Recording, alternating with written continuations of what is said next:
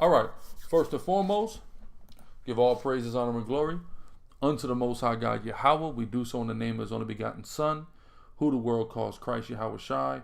It's your brother Chief Priest, Allah's Auburn Lawyer, aka the Guerrilla Hebrew. It's the brother Hassan. We're back at y'all with another Yasar class. This April the 22nd, 2019. We want to go into some things tonight. Number one, who is wiser than Daniel? We're going to get to that in a minute through the spirit and power of Yahweh by Shemel Shai. To be of His will. We're going to get into that in a minute. Shalom, everybody.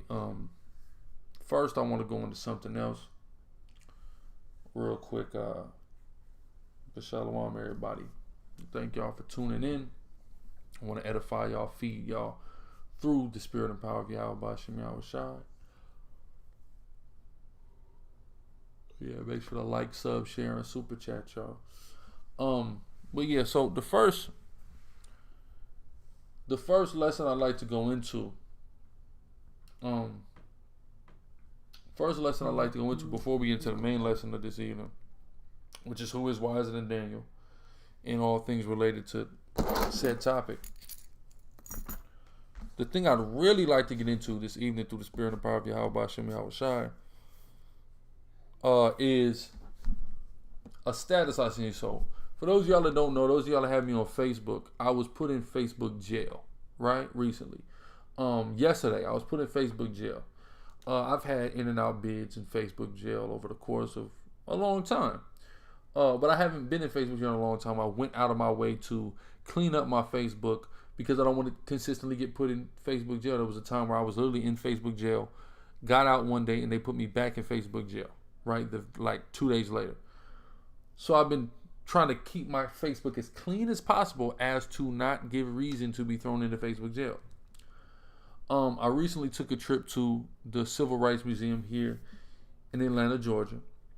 While there, they had life-size cutouts of certain people, people who were, huge civil rights violators. Who were considered that. One of the main ones was, of course, Adolf Schicklgruber, as many know him as Adolf Hitler, right? Adolf Hitler. And, I saw Adolf. It was a life-size cutout of Adolf Hitler, all right? Do y'all hear me? A life-size cutout of Adolf Hitler, right? So, I stand next to this life-size cutout, and I keep putting the camera on him and me, and I'm showing you, I'm displaying, number one, the staggering size difference between the two of us. And I say, this nigga, I'll knock this nigga out, or something to that effect, right? Hold on, y'all go hear the audio.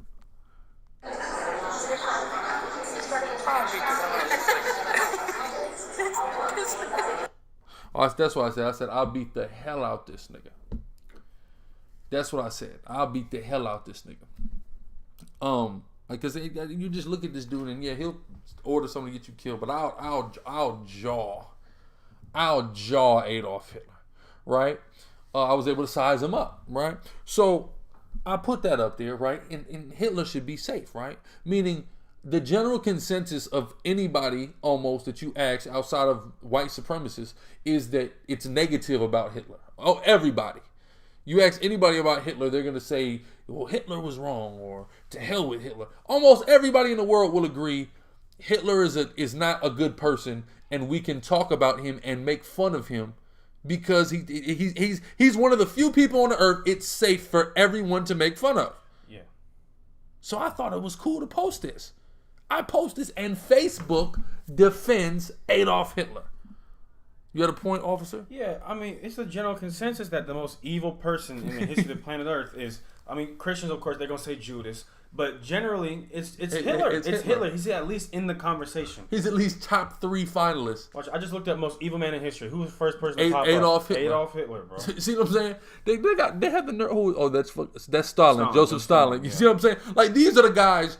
And Stalin was there at the museum too, but Hitler was just looked like such a pipsqueak. I just had to showcase this, right? I put it on my Snapchat, I put it on my Instagram, but I put it, matter of fact, hold on.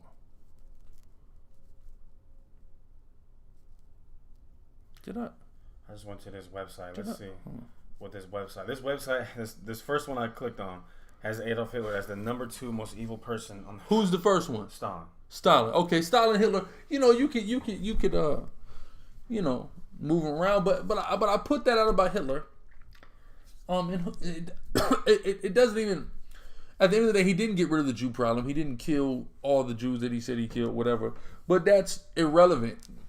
It's the general consensus of popular culture that Hitler is safe for everyone to say all manner of evil about. On the damn movie Little Nicky, they went to hell and they were putting every hour on the hour, he was getting an entire pineapple shoved in his rectum.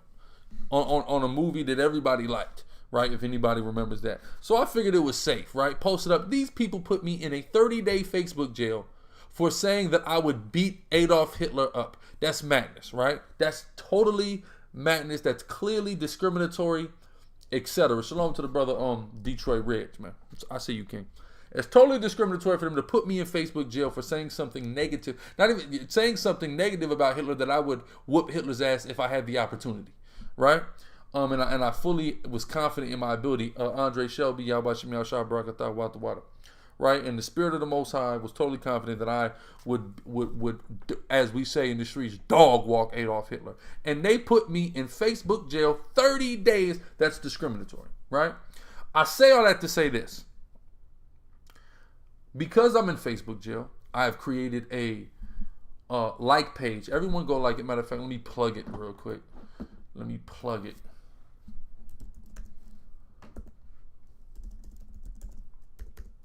And I gotta update this page because I haven't been on it since I made it, since my last Facebook bid. You know, I ain't been on it, but so okay, here we go. Here it is. So it's facebook.com/Gorilla Hebrew, right? Spelled GORILLA. I usually spell it, of course, like this: GUERRILLA,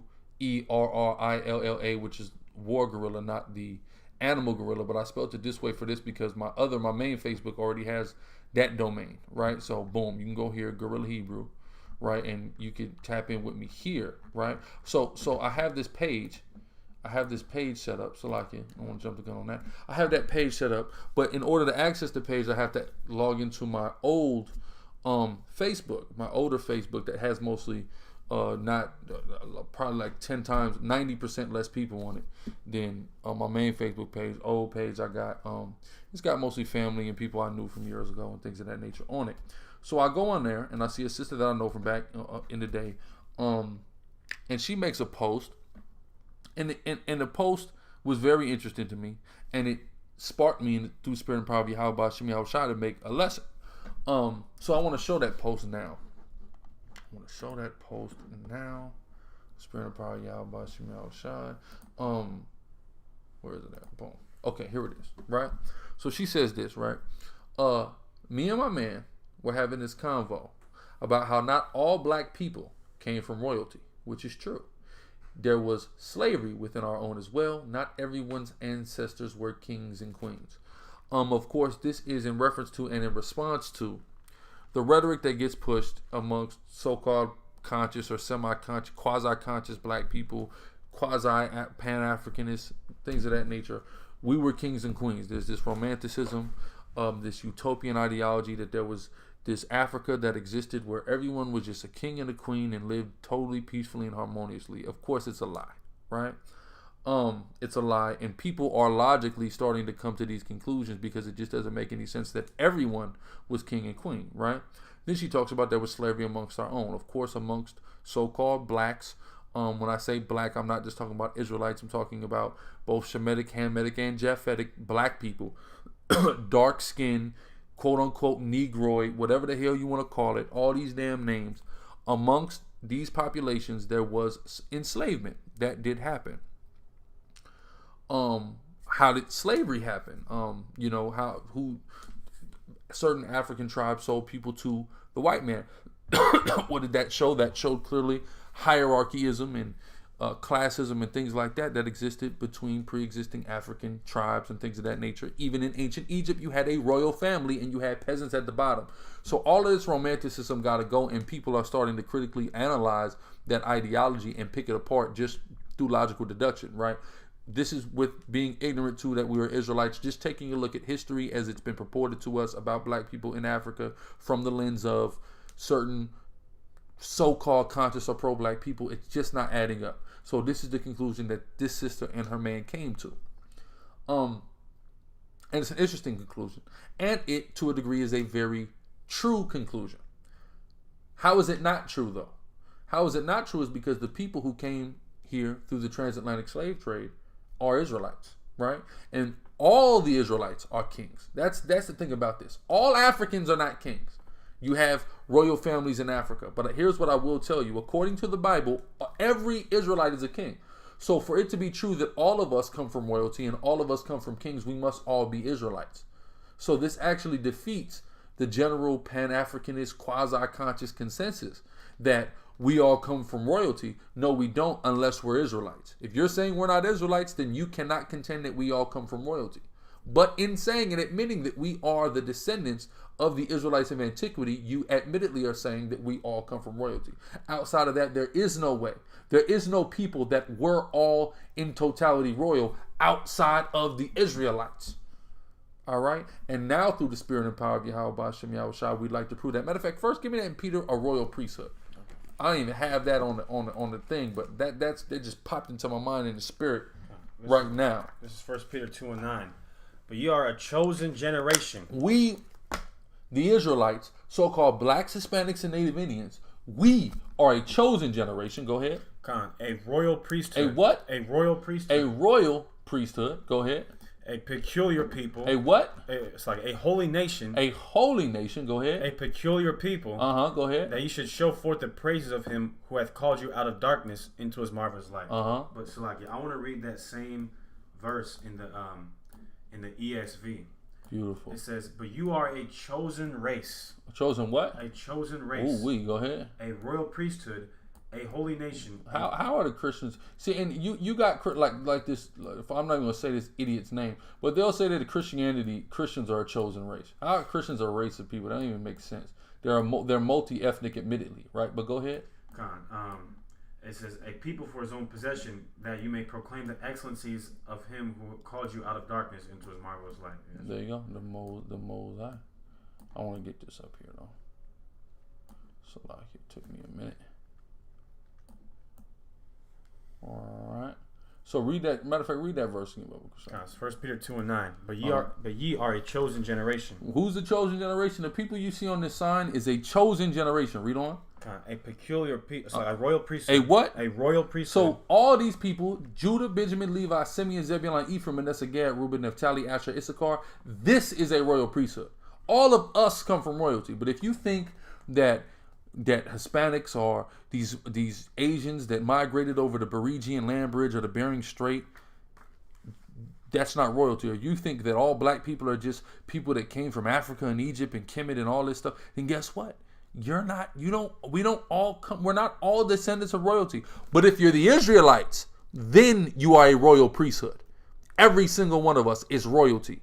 Every single one of us are rightful heirs of the planet Earth, if we understand that we're Israelites. But if not, if you want to do away with that, then you cannot contend that you come from royalty. You cannot contend that we were kings and queens, because there's no substantiation of that. Yes, some of us were kings and queens from that aspect, not all of us, and there's no way to even tell who was and who wasn't. So what's the point of even bringing it up? Just because black people sat on the throne does not mean every black person sat on the throne. But in Israel, every so-called black and Hispanic man gets a throne. You see that? See how that works? You see the benefits of that? So the rhetoric doesn't make sense if we're not Israelites. The rhetoric falls flat on its damn face if we're not the Israelites. Showing you what? We are emphatically the 12 tribes of Israel through the spirit and power of Yahweh Bashem Yahushua. Right? Precept? Exodus 19 and 6. And ye shall be unto me a kingdom of priests and an holy nation. That's right. That's who we are. Point blank period. It's who we are. No way around that. Right? Give me 1 second.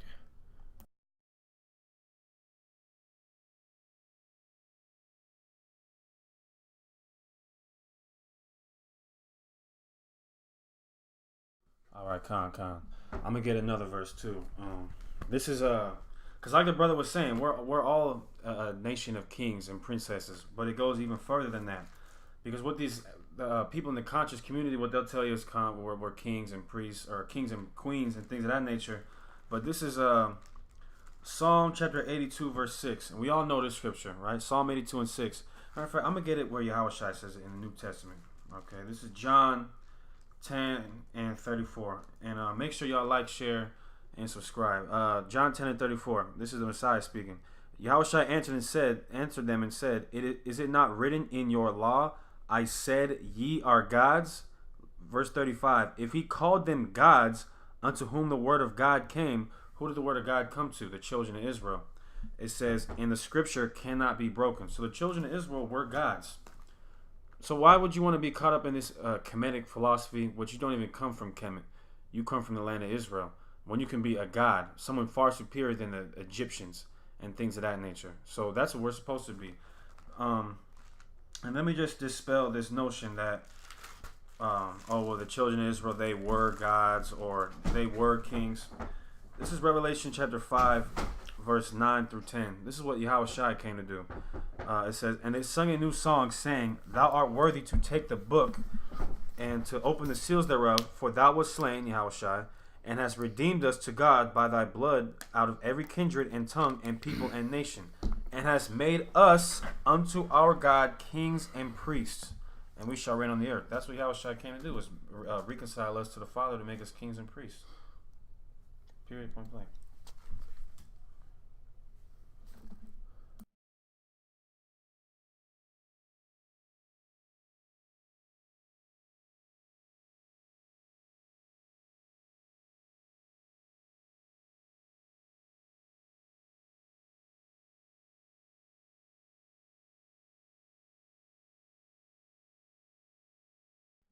All right, so where was we at? Give me Genesis 17 and 6.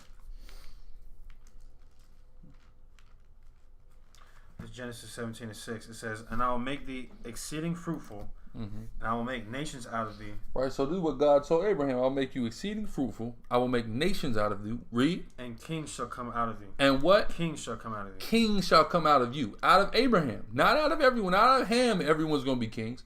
Kings coming out of Abraham, right?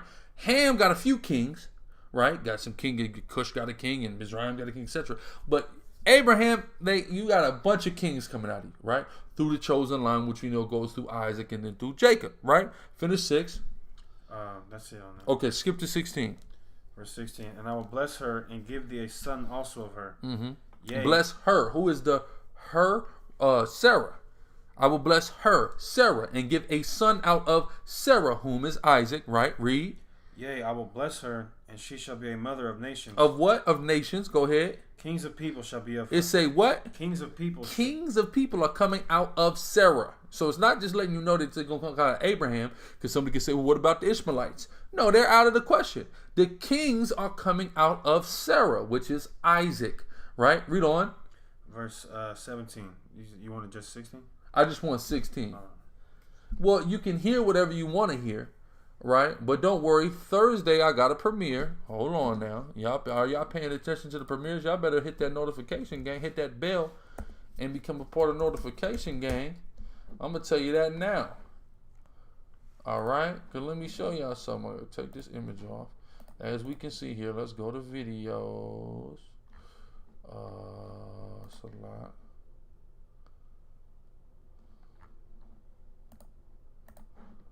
Alright, go to videos.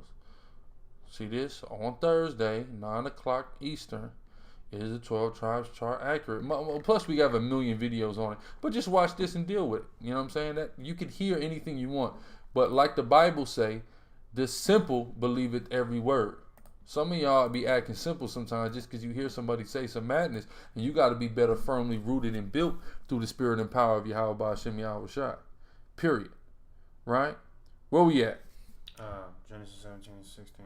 That was it on 16? Yeah. Let's go to Isaiah 51 and 1. Read 1 to 2. Right? So we see what was promised to Abraham, that he was going to have kings. What was promised to his wife Sarah, that she was going to have kings. Read on. It's Isaiah 51:1. Hearken to me, ye that follow after righteousness. It says, listen to me. You said what? Hearken unto me, ye that follow after righteousness. Right? All you that supposed to follow after righteousness, that's amongst the Israelites. Read. Ye that seek the Lord, look unto the rock whence ye are hewn. Look to the right. It says, ye that seek the Lord, look to the rock from whence you are hewn. Pay attention to that. Right? Read on. And to the hole of the pit whence ye are digged. And the pit that you were digged out of. It says the rock that you were hewn from and the pit you were digged out of. What does that mean? Read. Look unto Abraham your father. The rock is Abraham your father, and read. And unto Sarah that bare you. The pit is Sarah, right? Because we're a chip off the old block from our pops, and we're digged out of the pit because we know a woman in her womb represents the ground, soil, fertile, is planted in, and you're dug out of there through birth. So it says, look to Abraham and Sarah. What was told to Abraham and Sarah? That kings would come out of her. So remember that you're a king, right? Through the spirit and power of Yahweh Bashem Yahushua. Remember you're a king. Remember you were promised that. Remember you come from royalty. Everybody cannot say that. If you do not acknowledge that you're a Hebrew Israelite, you cannot make that claim. Read. God says, for I called him alone and blessed him and increased him. There you go. Where we at? That was 51. All right, now Revelations 1:5-6. It's Revelation chapter 1 verse 5. It says, and from Yahushua, who is the faithful witness, and the first begotten of the dead, and the prince of the kings of the earth. Read on. Unto him that loved us and washed us from our sins in his own blood. That's right. Through the blood of Yahushua are we given atonement from our sins. Right? Read on. Verse 6. And hath made us kings and priests unto God and his Father. And made us kings and priests unto God. So he made us kings. Right? Kings. Made us, the Israelites, kings. Read. To him be glory and dominion forever and ever. Amen. See that? So now let's go to 2 Ezra 2 and 41-48.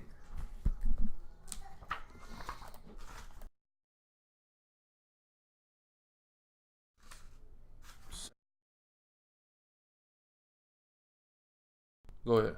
2 Ezra chapter 2 verse 41. The number of thy children whom thou longest for is fulfilled. Beseech the power of the Lord, that thy people, which have been called from the beginning, may be hallowed.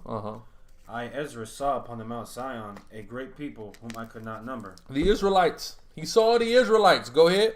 And they all praised the Lord with songs. And in the midst of them there was a young man of a high stature, taller than all the rest. Read on. And upon every one of their heads he set crowns. So through Yahushua, here Yahushua is, he's putting crowns on everybody's head. What does that show? Royalty, that they are kings. They have dominion. They have power, right? He's not giving that to everyone else. He's giving that to the Israelites, right? Read on. And was more exalted, which I marveled at greatly. He said verse through where? 48. 40, okay. Verse 44. So I asked the angel and said, Sir, what are these? He answered and said unto me, These be they that have put off the mortal clothing and put on the immortal, and have confessed the name of God. Now are they crowned and receive palms. Then said I unto Now are they crowned. Now are they kings. It says, through Yahushua we become kings. Right? Read. Then said I unto the angel, What young person is it that crowneth them, and giveth them palms in their hands? Go ahead. So he answered and said unto me, It is the Son of God. It's Yahushua. That's that young person that's taller than the rest. Yahushua. Read. Whom they have confessed in the world. Who we confessed, Hamashiach Yahushua, came, prophesied, suffered, died, was buried as it was written, resurrected, and is coming back to save us. Through confessing that, and his blood covering us, through having faith and keeping the laws, what do we have? We become king. We get crowned. We come from that. We get to rise back to our ancient pedestal of being crowned through Hamashiach Yahushua. Again, if you're not of these 12 tribes, you can't make this claim, right? Read. Then began Even the damn Christians are admitting, the 144, they're Israelites. All right, cool. So if you're not an Israelite, you don't come from royalty. Period. Read on. It says, Then began I greatly to commend them that stood so stiffly for the name of the Lord. Right? Starting with brothers who go to these streets. That's how you stand stiffly. And you don't fold under pressure when the enemy tries to entice you to sin. In ancient times, they tried to make brothers sacrifice to idols, bow to idols, partake in heathen feast days, eat unclean and abominable foods. Nowadays, they might do some of the same things amongst doing things like try to make you take the mark of the beast, etc. Right? But if you don't take it, you're standing stiffly for the Most High. Go ahead. Then the angel said unto me, Go thy way, and tell my people what manner of things that, and how great wonders of the Lord thy God thou hast seen. Yana Yabashim Shah Brakatha Wata Wata. What tribe would Dan be? What do you mean what tribe would Dan? Dan would be considered a tribe of Dan. What do you mean what tribe would Dan be considered? Go ahead. That's it on that. All right. So where we at? Galatians 3:16. He said the Messiah is wearing. Yeah, but that's not what I'm referring to. All right. There's a Bible verse that says, "Thou art wiser than Daniel." Right. So that's what we'll get to in a minute. This is Galatians 3:16. Now to Abraham and his seed were the promises made. He saved not unto seeds as of many, but as of one, and to thy seed, which is Christ. Right. So it says not unto seeds of many. So it's letting you know that you're going to become a king, because he's talking about the promises coming through Christ, through Yahushua. He said not to seeds of many, but the one which is Christ. So Yahushua is how those promises are going to be fulfilled, right, that were given to Abraham. So we're becoming kings through Yahushua. That's why in Revelations 1 and 2 Ezra 2, who's crowning us? Yahushua is crowning us. All right, not anybody else. So through that will we be able to rise back and ascend back to our royal position that we rightfully belong in as the rulers and the kings of this earth. Right? So now, where we at? Boom, boom, boom, boom, boom, boom, boom. Galatians 3:16. We finished that? Yeah. Okay, I need Zechariah 12 and 7. But then I need you to get into NLT. Read KJV first, then we will get NLT, right? And because we all 12 tribes, all are kings, are royalty. Every tribe, right? And this is a verse that proves that. We're in Atlanta every single week. Y'all got to stop asking me when I'm going to do something again. We have camps in all of these cities who are on the streets every week. We don't take time off. It's not, oh, we'll be out there next month. Nah, we in the streets week in and week out by Hashem HaMashiach Yahushua. CNN Center every Saturday. Dallas, the Giant Eyeball, every Saturday. Phoenix, I forget where they at, but every Saturday they're out there. San Diego, Horton Plaza Park, every Saturday. Seattle, 4th and Pine, Westlake Center, every Saturday. San Francisco, 16th and Mission, every Saturday. Every week we will be in these cities on the streets by Hashem HaMashiach Yahushua, if it be the will of the Most High. Steadfast. Not, oh, we'll be out there next month. Right? All praise Yahweh Shem Yahushua, Terrence Jefferson. We in there. We're on the street. We're not playing about this. It's not just a special event. It is the work of the Most High. It's what Yahushua did. It's what the prophets did. It's what we're commanded to do. So please trust and believe we out there on a weekly basis. All praise Yahweh Shem Yahushua. So go ahead. Zechariah 12 and 7. That Yahweh also shall save the tents of Judah first. So I'm going to read it again. Yahweh also shall save the tents of Judah first. It says he shall save the tents of Judah first, right? So how this scripture has usually been taught is that this means that the southern kingdom is going to wake up first. That's not what this verse is talking about. We've come to find out through the spirit and power of Yahweh Hashem Yahushua, and I'm going to show you. Read. That the glory of the house of David and the glory of the inhabitants of Jerusalem do not magnify themselves against Judah. That's the part where people don't elaborate on and don't understand. Well, now the Most High has opened up understanding. So let's read it in the NLT where it's very clear what it's talking about, and it substantiates that no tribe is better than the other, and it substantiates that all 12 tribes are royalty and are kings.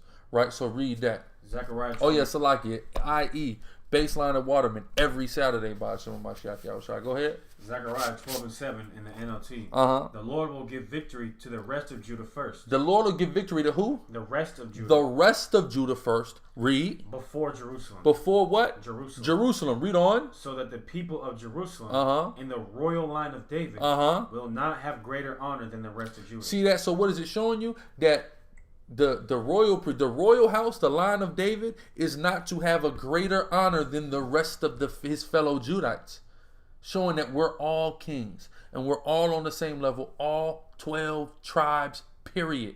We're all kings by Shema Mashiach Yahushua. All right, and he's the one that's going to give us them crowns. So again, this whole we came from royalty, we was kings and all that don't happen and that don't work if you're not an Israelite. If you're claiming somewhere in Africa and not going all the way back to your true origin in Israel, you cannot make the claim that you were a king. Just because someone that looked like you sat on a throne somewhere does not make every single person that looks like you a king. But if you understand you're an Israelite, then you know that all 12 tribes are kings, and that's a promise from God. So now, where we at? Let's go to Ecclesiastes 4 and 14.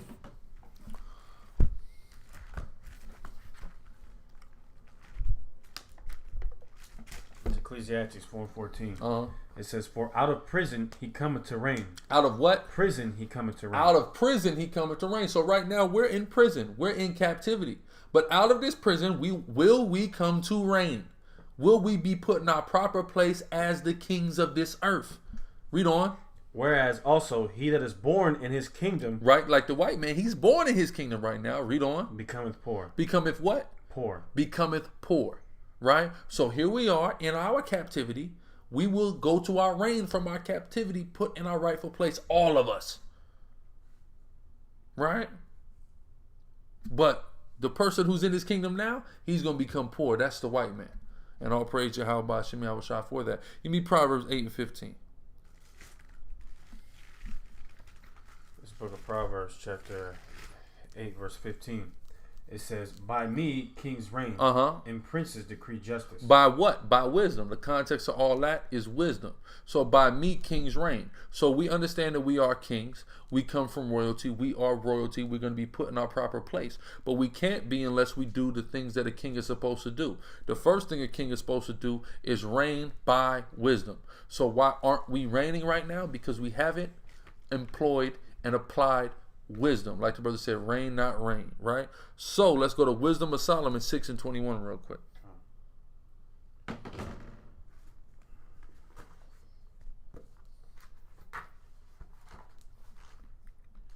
This is Wisdom of Solomon chapter 6 verse 21. If your delight be then in thrones and scepters, O ye kings of the people, honor wisdom, that ye may reign forevermore. That's right. Honor wisdom. That's the only way for us to reign. We have to honor wisdom. Deuteronomy 4 and 5. We have to honor wisdom so we can reign. Period. Why are we not reigning right now? Because we are not honoring wisdom. Okay. Go ahead. This is Deuteronomy 4 and 5. It says, "Behold, I have taught you statutes and judgments, even as the Lord my God commanded me, that ye should do so in the land whither ye go to possess it. Keep therefore and do them, for this is your wisdom and your understanding in the sight of the nations." So the laws, the Torah, is our wisdom and our understanding in the sight of the nations. So that's what we have to put our ear to in order for us to get put back in our proper place and be recognized as the royalty that we in fact are. The only way we're going to do that is if we start following the laws. Period. Right? So let's go to where was we at? Wisdom. Let's go to no, Deuteronomy. Proverbs 16 and 12. This is Proverbs chapter 16, verse 12. It says, "It is an abomination to kings to commit wickedness." It's an abomination to kings to commit wickedness. Go ahead. It says, "For the throne is established by righteousness." The throne is established by righteousness. The law is our wisdom and the law is our righteousness. So if we're not following that, our throne cannot be established. This is why we're not in our rightful royal position right now. Because we're not following righteousness and wisdom through the spirit and power of Yahweh Hashem Yahushua. Instead, we're following wickedness and folly. So we have to come back to righteousness and wisdom to be put back in our proper positions. Because you hear these Negroes, these quasi-conscious, quasi-Pan-Africanist Negroes, they paint you and sell you this romanticized dream. We were kings and queens. They can't explain to you how you were a king or a queen. 1. 2, they can't explain to you how you fell from that or how you get back to it. Here in the Bible, through the spirit and power of Yahweh Hashem Yahushua, the Hebrew Israelites, we can tell you emphatically that you're a Hebrew Israelite, you're royalty, how you lost your royal status, and how you can get back to it. They have no answers. We, through the spirit and power of Yahweh Hashem Yahushua, with this Bible, have all the answers. Right? Read on. Oh, the Haitian cuties in the building, man. What's going on? Good to see you, sis. Go ahead. What did you I'd say on Proverbs. Proverbs, where we at? Proverbs 25 and 2 now. We'll hit this and a couple other things here in Proverbs. It's Proverbs 25:2. It is the glory of God to conceal a thing. Go ahead. But the honor of kings is to search out a man. See that? So not only is it talking about going back to the Bible for your wisdom, because the kings are what? Derek Yehuda, Yahweh Shem Yahweh Shah Barakatah Wata Wata.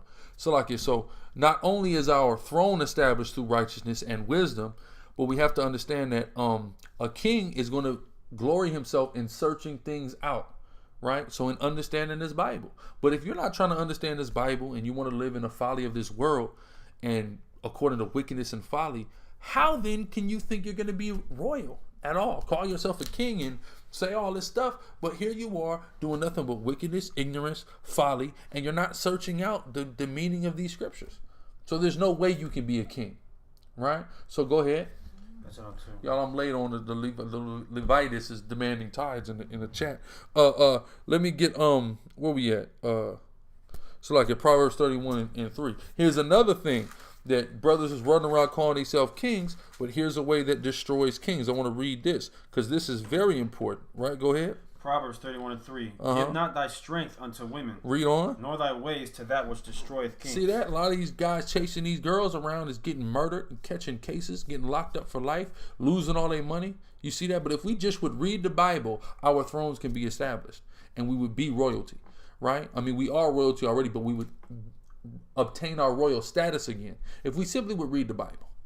I mean, it's that simple, and apply the things that we're reading. That simple. And who you call Christ would give you a crown and you would reign alongside of him if you simply listen to the Bible. But instead, you'd rather go and follow the ways of this world. And what has that gotten you? Perpetual servitude, slavery, living check to check, etc. It has done nothing for you. So I say try the Bible out.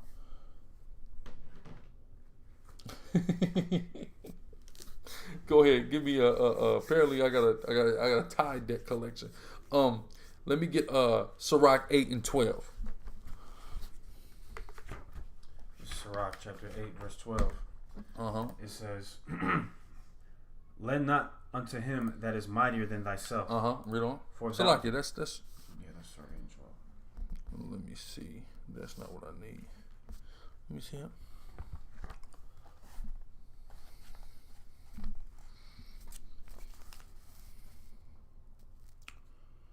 Yeah, that's not what I needed. I write down wrong. Let me see. Let me get 11, Sirach 11 and 5. Go ahead. Sirach chapter 11 verse 5. Many kings have sat down upon the ground, and one that was never thought of hath worn the crown. So I can read it one more time. Sirach chapter 11 verse 5. Many kings have sat down upon the ground. Many kings have sat down upon the ground. Read on. And one that was never thought of hath worn the crown. Us. We're the royalty, and we're the ones that they would never think is supposed to wear the crown. We're going to wear 8 and 2 is what I need. Get Sirach 8 and 2, Salakia. Sirach chapter 8 verse 2. Be not at variance with a rich man, lest he overweigh thee. Read on. For gold hath destroyed many, and perverted the hearts of kings. See, gold perverts the hearts of kings. That's another thing. As we can see here, we call ourselves kings. And if we would just read the Bible and what it says happens to kings or what kings shouldn't do, we wouldn't do any of the things that we do. Chasing these women, chasing this money, and being wicked.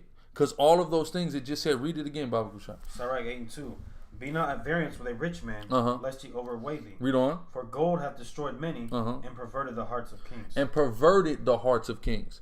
It perverts hearts. So what do we see brothers out here in the streets doing when they're chasing money? We see their hearts and their morals be perverted. So yes, brother, you are a king, but you have perverted your ways in pursuit of riches. Or you've destroyed yourself by giving yourself to a woman. Or you have made yourself unworthy of that throne because of your wickedness. You see that? So if you would just come back to these things written here in the Bible, you would be put back in your proper position as a king by who you call Christ Yahweh Shai, a brother just like you. Just like you. Come on, man. You know interest is unlawful, Haitian King. You know usury is unlawful in the Bible. Where we at? Boom. So read 11 and 5 again. Sirach 11 and 5. Let's bring that back. Sirach 11 and 5. Many kings have sat down upon the ground. And one that was never thought of hath worn the crown. And one that's never thought of have worn the crown. So the ones that were never thought of, that are going to wear the crown again are these people, the so-called Black, Hispanic, and Native Indian, through the spirit and the power of Yahweh Shem Yahushua. These are the people who have never worn the crown but are going to, or not have never worn the crown, but who you would never think are going to wear the crown. This is who Christ is going to give the crowns to, right? Make kings and priests over the world are these people, the 12 tribes of the nation of Israel, right? So again, if you are Pan-Africanist or you conscious and you say we come from kings and queens, if you're not saying you're a Hebrew Israelite, then you can't substantiate that you have a lineage that's noble in that aspect. You can't, right? Because again, contrary to popular rhetoric, not everyone in Africa was a king and queen. There was great royalty and dynasties. That's the word I'm looking for. Dynasties and kingdoms all throughout Africa, certainly. But they certainly had peasant classes that they subjugated. They had people that they oppressed of their own tribe and of other tribes all throughout Africa that happened. So this idea that everyone was royal or everyone was a king and queen is simply falsehood. And logical deduction tells you that. In addition to, if you actually would read a history book, you would find that out. If you would step away from romanticism and rhetoric for a second, to just feel good. Period. Right? So that's the point. Precept. Go ahead. Just to kind of land back off of what you said, because like the brother brought out, if you're a king, you're a king if you're a Hebrew Israelite. You're a king or a princess, things of that nature. But in order to attain those levels of titles, you have to keep the law, keep the wisdom, things of that nature. So this is Wisdom of Solomon 1:1. Love righteousness, ye that be judges of the earth, which is what we are, which is what those brothers that's in the conscious community claim to be. Oh, we're kings and queens. They say that they're judges of the earth, but in order to be a judge of the earth, it says, I'm going to read it again, Wisdom of Solomon 1:1. Love righteousness, ye that be judges of the earth. Think of the Lord with a good heart, and in simplicity of heart seek him. So that's what you have to do in order to be a judge of the earth. You have to love the Most High God. And how do you do that? By becoming a Hebrew Israelite. Well, become by repenting and waking up to the fact that you are a Hebrew Israelite. Exactly, because you can't become it, right? But you can convert. Right. And that's not a conversion of nationality. It's a conversion of your heart, which is you come back to the laws. That's Psalm 9 and 7. So there's that. But y'all, y'all go ahead and leave Cherry and Haitian Cutie alone, man. I know everybody's mad. It be them other mods in there that be blocking y'all. Don't even be Cherry, just for the record. You know what I'm saying? So they're all right. Them two are all right. I don't know if it might be another one of them mods coming here. I don't know, but they all right. Look at Johnson Pryor, man. But yeah. So with that being said, that's just my piece, and the spirit had kind of got on me. The spirit had kind of gone on me to go into that through the spirit. So all praise Yahweh Shem Yahushua for that. But I want to go into I want to go into the title for this class, which is who is wiser than Daniel. This is a scripture that's been much talked about, and a lot of people do not understand this scripture. And I've seen Hebrew Israelites and Christians both, namely the Jehovah's Witnesses, though. Namely the Jehovah's Witnesses. They the mark of Cain is leprosy, brother. But namely the the Levite brother, he had that breakdown, remember, on Friday. But mainly the Jehovah's Witnesses and a lot of Hebrew Israelites rip and abuse the hell out of the context of this verse here in Ezekiel 28. So I want to talk about it through the spirit and power of Yahweh Shem Yahushua tonight. Matter of fact, I want to pull it up on the screen so y'all can see it. Where are we starting at? Ezekiel, okay, where's it? We're 28 and 3. We're starting right there, right? Let's start right there. All right, no, not that. Salakia, boom. All right, hope y'all can see. Can I zoom in?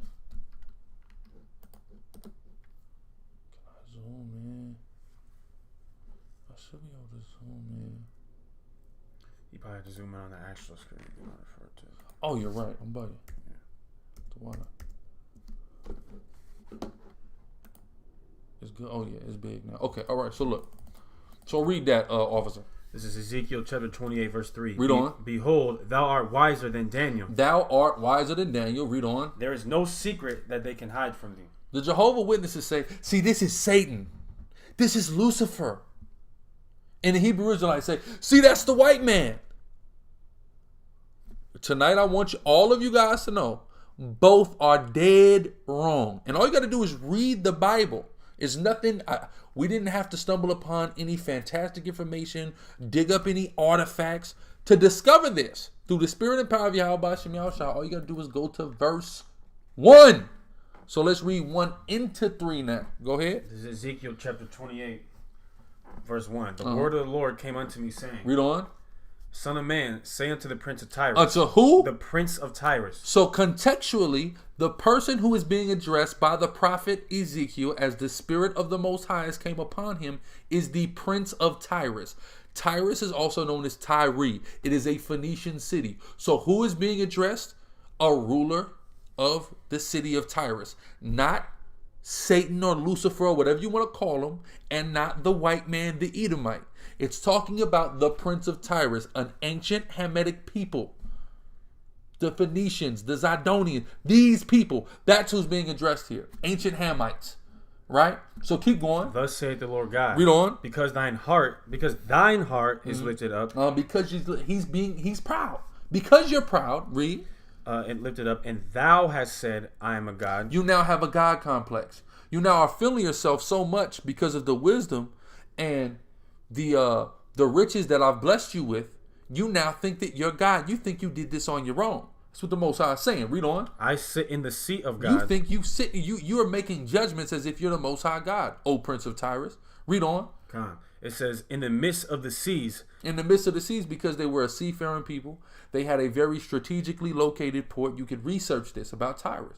None of this is top secret information. You don't have to go buy a $2,000 book to understand any of this. It's very accessible. Google will give you a plethora of mandated, cited historical sources on this same information, right? Not just Wikipedia. I'm talking about sources with you could click and get the sources, right? Not made up stuff here. Not somebody writing on some forum, some obscure forum somewhere. Real documented sources. Read on. It says, yet thou art a man and not God. The Most High wants to bring this Hamite down to size. You are a man and not God. Read on. It says, though thou set thine heart as the heart of God. Though you think you're a God, you're just a man. Read on. Behold, thou art wiser than Daniel. You are wiser than Daniel. Who's wiser than Daniel? The Prince of Tyrus. Not the white man. Not Satan. The Prince of Tyrus. Read on. There's no secret that they can hide from me. Boom. All right. So now let's go to Zechariah 9 and 2. Because all this, there's parallel prophecies here. And what we have to do is understand something. When you understand this prophecy, you have even more when people try to come up to you and say the Bible is not historically accurate. Once you understand this prophecy, and it doesn't mean what Jehovah's Witnesses and what Israelites have tried to force it to mean for all these years, you understand what you have is a plethora of verifiable historical evidence that substantiates the accuracy and authenticity of the Bible. Because all of this prophecy we're getting ready to read has come to pass and is historically documented as some of the most famous battles in the annals of time. So it's important that we understand this, right?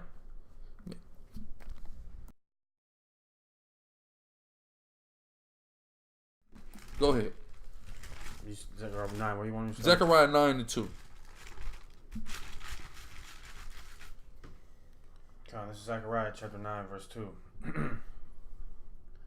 It says, and Hamath also shall border thereby, Tyrus and Zidon, though it be very wise. Tyrus and Zidon, though it be very wise. See that? Tyrus and Zidon, though it be very wise. Go ahead.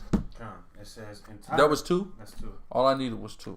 So we're seeing now, again, it's emphasizing the wisdom rather of Tyrus, right? So now let's go to Ezekiel 27 and 2, because all these things are parallel. Ezekiel 27, Ezekiel 28, Zechariah 9, and we're going to introduce in a second Amos 1, right? So go ahead.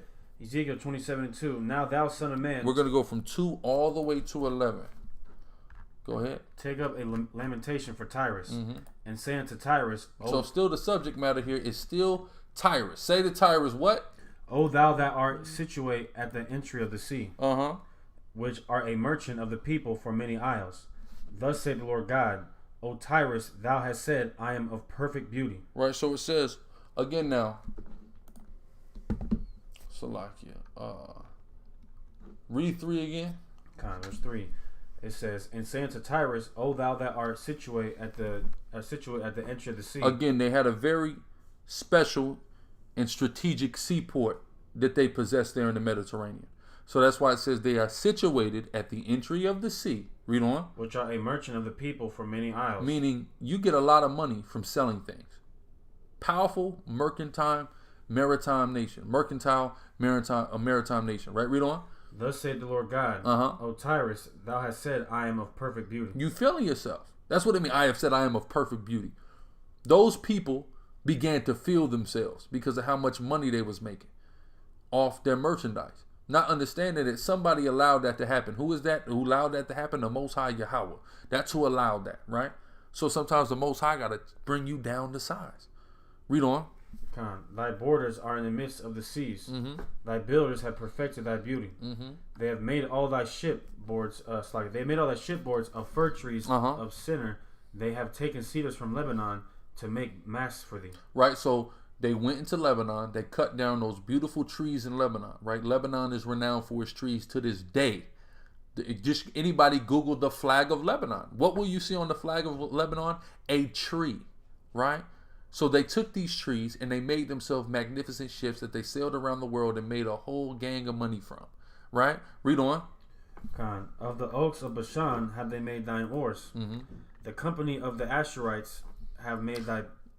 Go ahead. Have made thy benches of ivory. So the Asherites, and this is not the tribe of Asher. This is the people of Ashur, right? Assyrians, right? Not the Asherites, the tribe of Israel. Just so you can understand. Go ahead. Brought out of the isles of Chittim. Read on.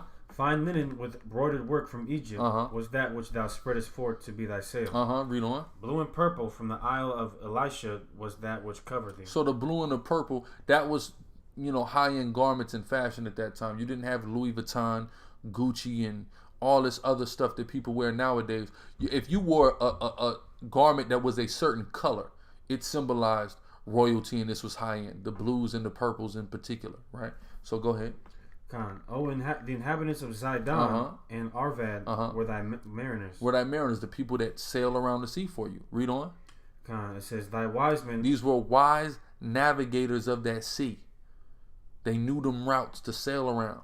These Hamitic people. Right? Read on. Thy wise men, O Tyrus, that were in thee, were thy pilots. They were the captains of the ship. Read on. It says, the ancients of Gabal and the wise men thereof were within thee, thy caulkers. All the ships of the sea with their mariners were in thee to occupy thy merchandise. To help you get money. Right? Just like now the Hamites, they come over here to America. They got to hustle for you. They know how to get a lot of money.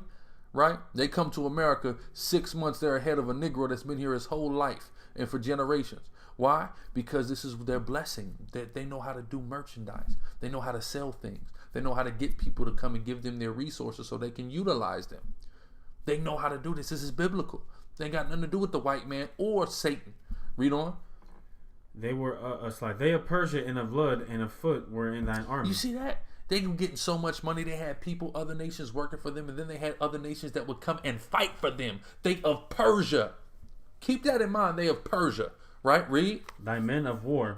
They hang the shield and helmet in thee. Read on. They set forth thy comeliness. Read on. The men of Arvad with thine army were upon thy walls round about, and the Gammadims were in thy towers. They hang their shields upon thy walls round about, and they have made thy beauty perfect. Right. So these are all the people that was down with them. Let's now go back to 28, and let's read 4 to 5. Go ahead. Ezekiel 28:4. With thy wisdom and with thine understanding, thou hast gotten thee riches. Again, going back, just telling you that their wisdom and understanding made them rich. All right, it's not about, again, the white man or Satan. It's about the wisdom and the understanding of how to make money and how to sail around the world and get resources is what made these people rich. There's nothing fantastic about this. These are people who knew how to hustle. Just like now the Hamites are still hustlers. The descendants of these same people, the Tyrians, the Zidonians, etc., they still is hustling, getting money right now. Read.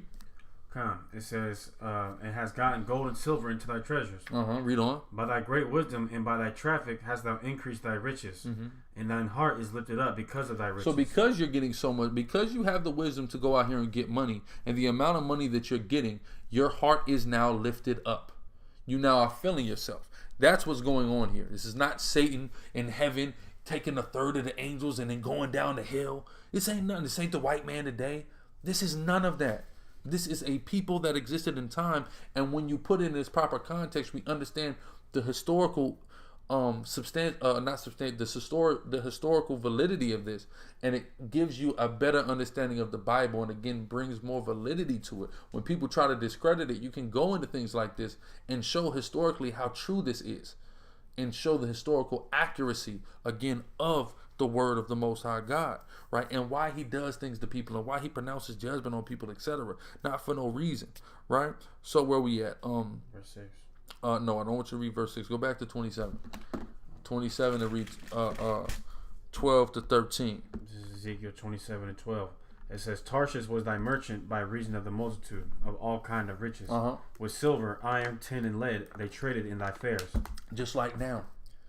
West Africa in particular, where these people were driven to along with us, because we didn't go to West Africa alone. The Canaanites came with us, and these people are Canaanites, right? It's very rich in these precious metals, and they trade them now with the white man and with the Asian man, and that's how they get their money. Tarshish was thy merchant by reason of the multitude of all kind of riches with silver, iron, tin, and lead. These same metals they utilize now to get money. You look up some of the richest people in the world, it's going to be West African people who sell oil or they sell precious metals, period. Why? Because the Arab, the white man, and the Asian man need these things to live off of the society that they've built, right? So getting still to this very day, these things remain true of these people. Though they're not at the height that they once were, they still are getting their money and they living good.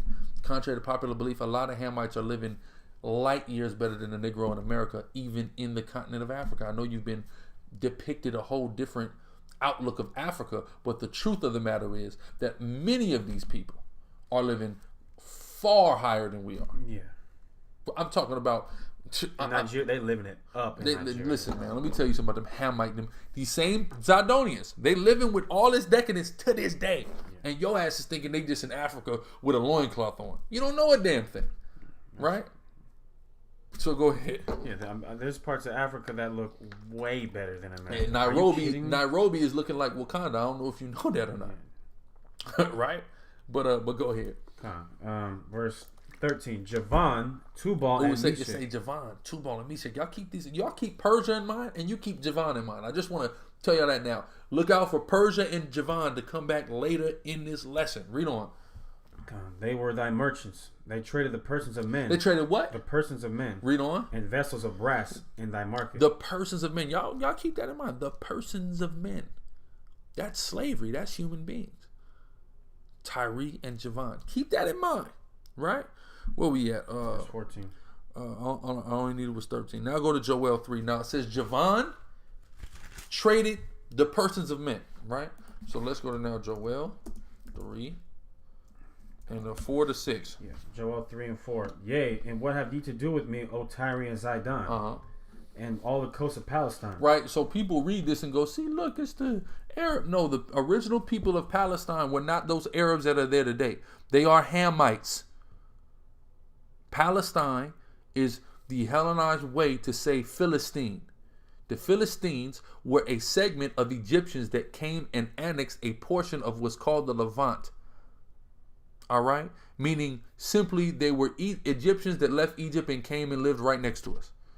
That's what that means, right? In layman's terms. Go ahead. Will ye render? It's like, will ye in all the coast of Palestine? Will ye render me a recompense? And if ye recompense me swiftly and speedily, will I return your recompense upon your own head? So here, the Most High, through the prophet Joel, is addressing two different Hamitic nations: the people of Tyre and Zidon, which are known as the Zidonians, which are just descendants of the Canaanites, and the Philistines, which are descendants of the Egyptians or the people of Mizraim.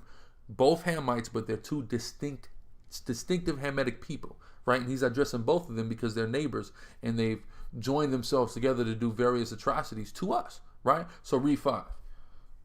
Verse 5. Because ye have taken my silver and my gold and have carried into your temples my goodly pleasant things. Remember, some of their merchandise is what? Silver and gold, right? You have taken my silver and gold. Right, read on. The children also of Judah. You see that? The children of Judah, read. And the children of Jerusalem have ye sold it to the Grecians. You've taken members of the southern kingdom, because this is, of course, after the kingdom split. Members of Judah, Benjamin, and Levi. And you've sold them to the Grecians. Read on. That he might remove them far from their border. Now, mind you, what did we just read in Ezekiel 27? It said Javan. Now it's saying the Grecians. You have sold them to the Grecians. Either way, we know that there are slaves of the nation of Israel, of the kingdom of Judah, who have been sold to people who are being called here Grecians. In Ezekiel 27, Javan, which is the ancient name. Matter of fact, let me take a look at this. Actually, Salakia. This probably is the same thing. Grecians. Yeah, Yawan Yah, which is basically a Javanite. So yeah, saying the same thing. You're being sold to Greece, essentially, right? Keep these things in mind, y'all. Let's now go to Amos 1 and 9. Amos chapter 1, verse 9. It says, Thus saith the Lord God, for 3 transgressions of Tyrus, and for 4, I will not turn away the punishment thereof. Right, so it's the same thing. Tyrus. Right? I will not turn away the punishment of for their transgressions, right? Read on. What's the first one? Read. Because they delivered up the whole captivity to Edom. To who? To Edom. To who? To Edom. To Edom. Wait a minute. It just said the Grecians in Joel.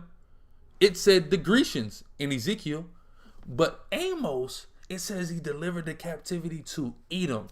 No other place can you see them doing business with Edom as far as the prophecies go. It always says Greece. But how is it that it says Edom here and Greece somewhere else? Well, let's go to what the scholars have to say about it, right?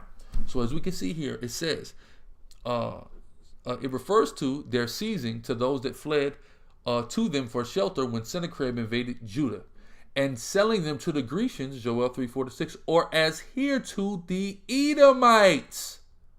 What is the scholar telling us? This term Grecian and the term Edomite are interchangeable in Amos 1 and Joel 3. What is that telling you? That the Edomites were in Greece. They were there.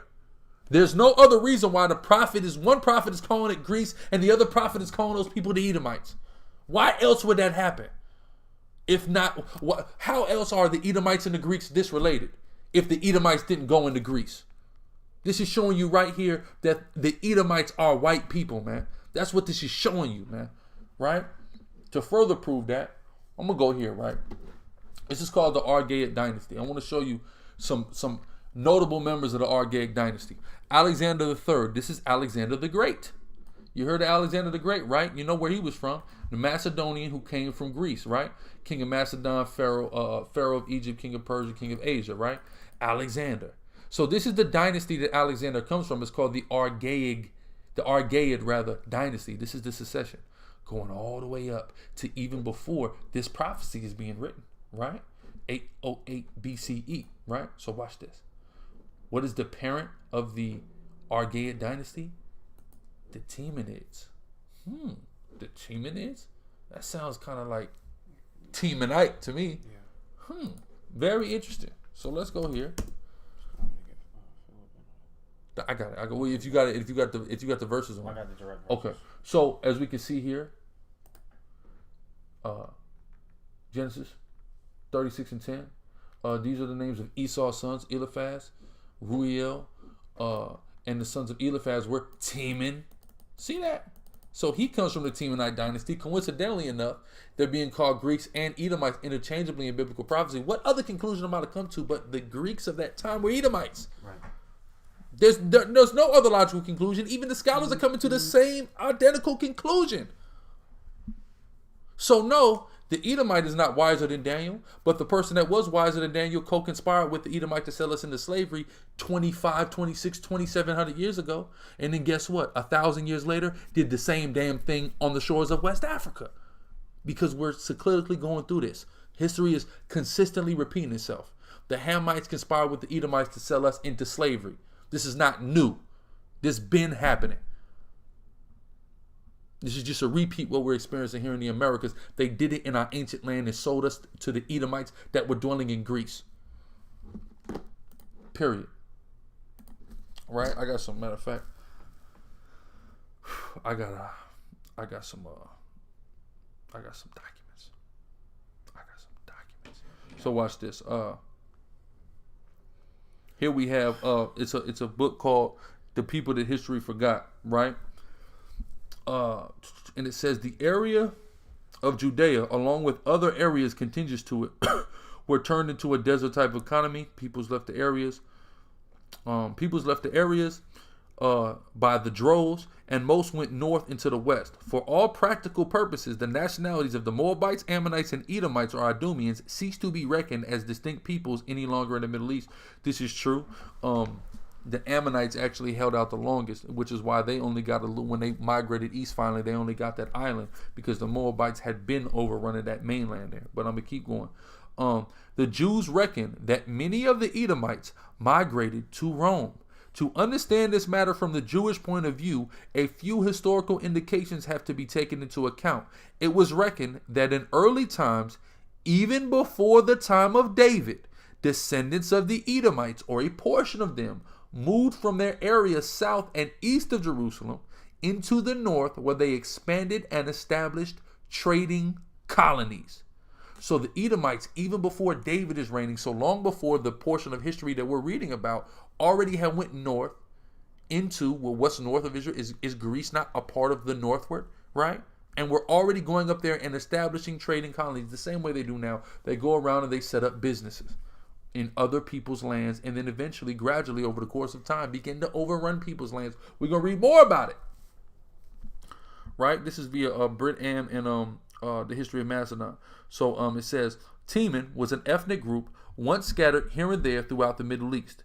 The Temanu had a center in Gozan in northern Syria on the Kabur River. This was the area of the Mitanni of Indo-European culture, right? Coincidentally, European Edomite, right? At all events, the Temanu were to become an important element in ancient Mesopotamia and Babylon and are assumed to have been Aramaic in language and culture. Why? Because Aramaic is Hebrew, right? So they were Hebrew. They're red Hebrew Edomites. Ain't that the new thing for them? Red Hebrew Edomites, and they had a Hebraic language. So they were considered to be Aramaic in culture, right? The Temani were located in northern Anatolia, right? And that's Turkey. Anatolia is the ancient name for Turkey, right? In Hittite territory, which developed a migration to Germany. So now they went from Turkey into Germany. The early founders of Rome traditionally came from Anatolia. In the later Roman Empire, the population of Rome was largely related, right? Alexander the Great, king of Macedonia and one-time conqueror of much of the then known world, claimed to be a descendant of the Temani, right? As we just read and we just demonstrated to you through the spirit and power of Yahweh B'Shem Yahushai, right? Moving on, it says, the Temani came to Macedon in 650 BCE, right? The Edons and the Ottomans, which is where you get Edom. If you study linguistics, you know the N and the M are often interchangeable, just like the B and the V are often interchangeable linguistically, right? Or the Ottomans, which is where you get the Ottomans later from, are believed to have been descendants of Edom. The Kaiasos were a mystical dynasty of the Edons and have a name recalling that of Kaz, the national god of Edom. In the nations of Esau in ancient times, it's mentioned that the Edoni and the Ottomans of Thrace, right, which Thrace, so that's where you get like Spartacus and stuff from Thrace. This is all in Europe. Were offshoots from Edom. So all these various European people are historically tied to having roots out of Edom. We're not just making this up, right? Where are we at? Boom, boom. Thrace was in Southeast Europe, but there was many movements from this region of peoples into Germany. We also find that the Idumi, right, another people who are called the Idumi in the Baltic area to the east of Germany. So the Baltic, that's what you call Scandinavia, like Sweden and Norway and all that. Those are what you call the Baltic nations. So we have a people calling themselves the Idumi there, white people, right? In addition, we find elements of Edom in Italy, Spain, Gaul, Britain, and elsewhere in Europe. In most cases, the Edomites settled as a minority, though they often may have reached leadership positions. Ain't that sound like America? The white people came as a minority, then all of a sudden they're running things. Yeah. It's the history of the Edomites and the history of the white people are the same thing, because they are the Edomites, right? Moving on. Well, they're the minority in the world, and all of a sudden they're running things. All of a sudden they're running things, right? Ain't that crazy? According to tradition, the descendants of Edom went to Italy, settled in the south, and then founded Rome. Idumeneus, he went to Italy, where he settled in Calabria and built a temple to Athena. From thence he is said to have again migrated to Colophon on the coast of Asia, which is Turkey, and have settled near the temple of the Clarion Apollo. So this is just some of the historical references to prove this. You got the scriptures about Alexander too, and then we can get back on topic. Go ahead. My phone might die, so I sent them to you as well. Okay. Just in case. But this is this is First Maccabees chapter 1:1. First Maccabees 1:1, and it happens after that Alexander, son of Philip the Macedonian, who came out of the land of Chittim, had smitten Darius, the king of Persia, king of the Persians and Medes, that he reigned in his stead the first over Greece. Right. So just to establish that Alexander, this is Alexander the Greek, son of Philip the Macedonian. Right. So now I'm gonna jump to this is the book of Esther, chapter 16, verse 10. It says, "For Ammon, a Macedonian, the son of Ammedatha, being indeed a stranger from the Persian blood and far distant from our goodness, and as a stranger received of us." Right? So we have the Macedonians, right? Now watch this. Esther 3:10. "And the king took his ring from his hand and gave it unto Haman, the son of Hammedatha the Agagite." So Hammedatha, who they just said was a Macedonian, they're now saying is an Agagite, a descendant of Agag, who is a descendant, of course, of the Amalekites, who are Edomites, right? Read. The Jews' enemy. Right? So he's our enemy, and he's an Agagite. He's also a Macedonian, right? So, of course, because he lived in Macedon, he's being called a Macedonian, but he's an ite of Agag because that is whom in which he is a descendant of. It's why the Bible is reckoning him as such. Go ahead. Yeah, just to prove that. 1 Samuel 15:7-8. "And Saul smote the Amalekites from Havilah until thou comest to shore that is over against Egypt. And he took Agag, the king of the Amalekites, alive, and utterly destroyed all the people with the edge of the sword." You see that? So here we have biblical proof, precept upon precept, through the spirit and power of Yahweh Hashem Yahweh Shai, that the Edomites are white people. Period. Right? So now let's go back. Let's get back on track, because again, the Edomites aren't the main topic here. The main topic here are these people of Tyre who the prophet Ezekiel says are wiser than Daniel. So let's go to 28:6 now. This is Ezekiel chapter 28, verse 6. It says, "Therefore thus saith Yahweh, because thou hast set thine heart as the heart of God." Because that, we're going to read all the way to 16. Go ahead. All right. "Behold, therefore I will bring strangers upon thee, the terrible of the nations." Oh, we strangers, the terrible of the nations. Who's more terrible than the damn white man? Explain that to me. So that's who he brought on him. Read on. It says, "The terrible of the nations, and they shall draw their swords against the beauty of thy wisdom, and they shall defile thy brightness. Read on. They shall bring thee down to the pit, and thou shalt die the deaths of them that are slain in the midst of the seas." Die the deaths of them that are slain in the midst of the sea. This is interesting, right? Meaning their dead bodies were in the water. And I'm gonna go into, matter of fact, where is I don't have, I'm missing a tab here. Salakia.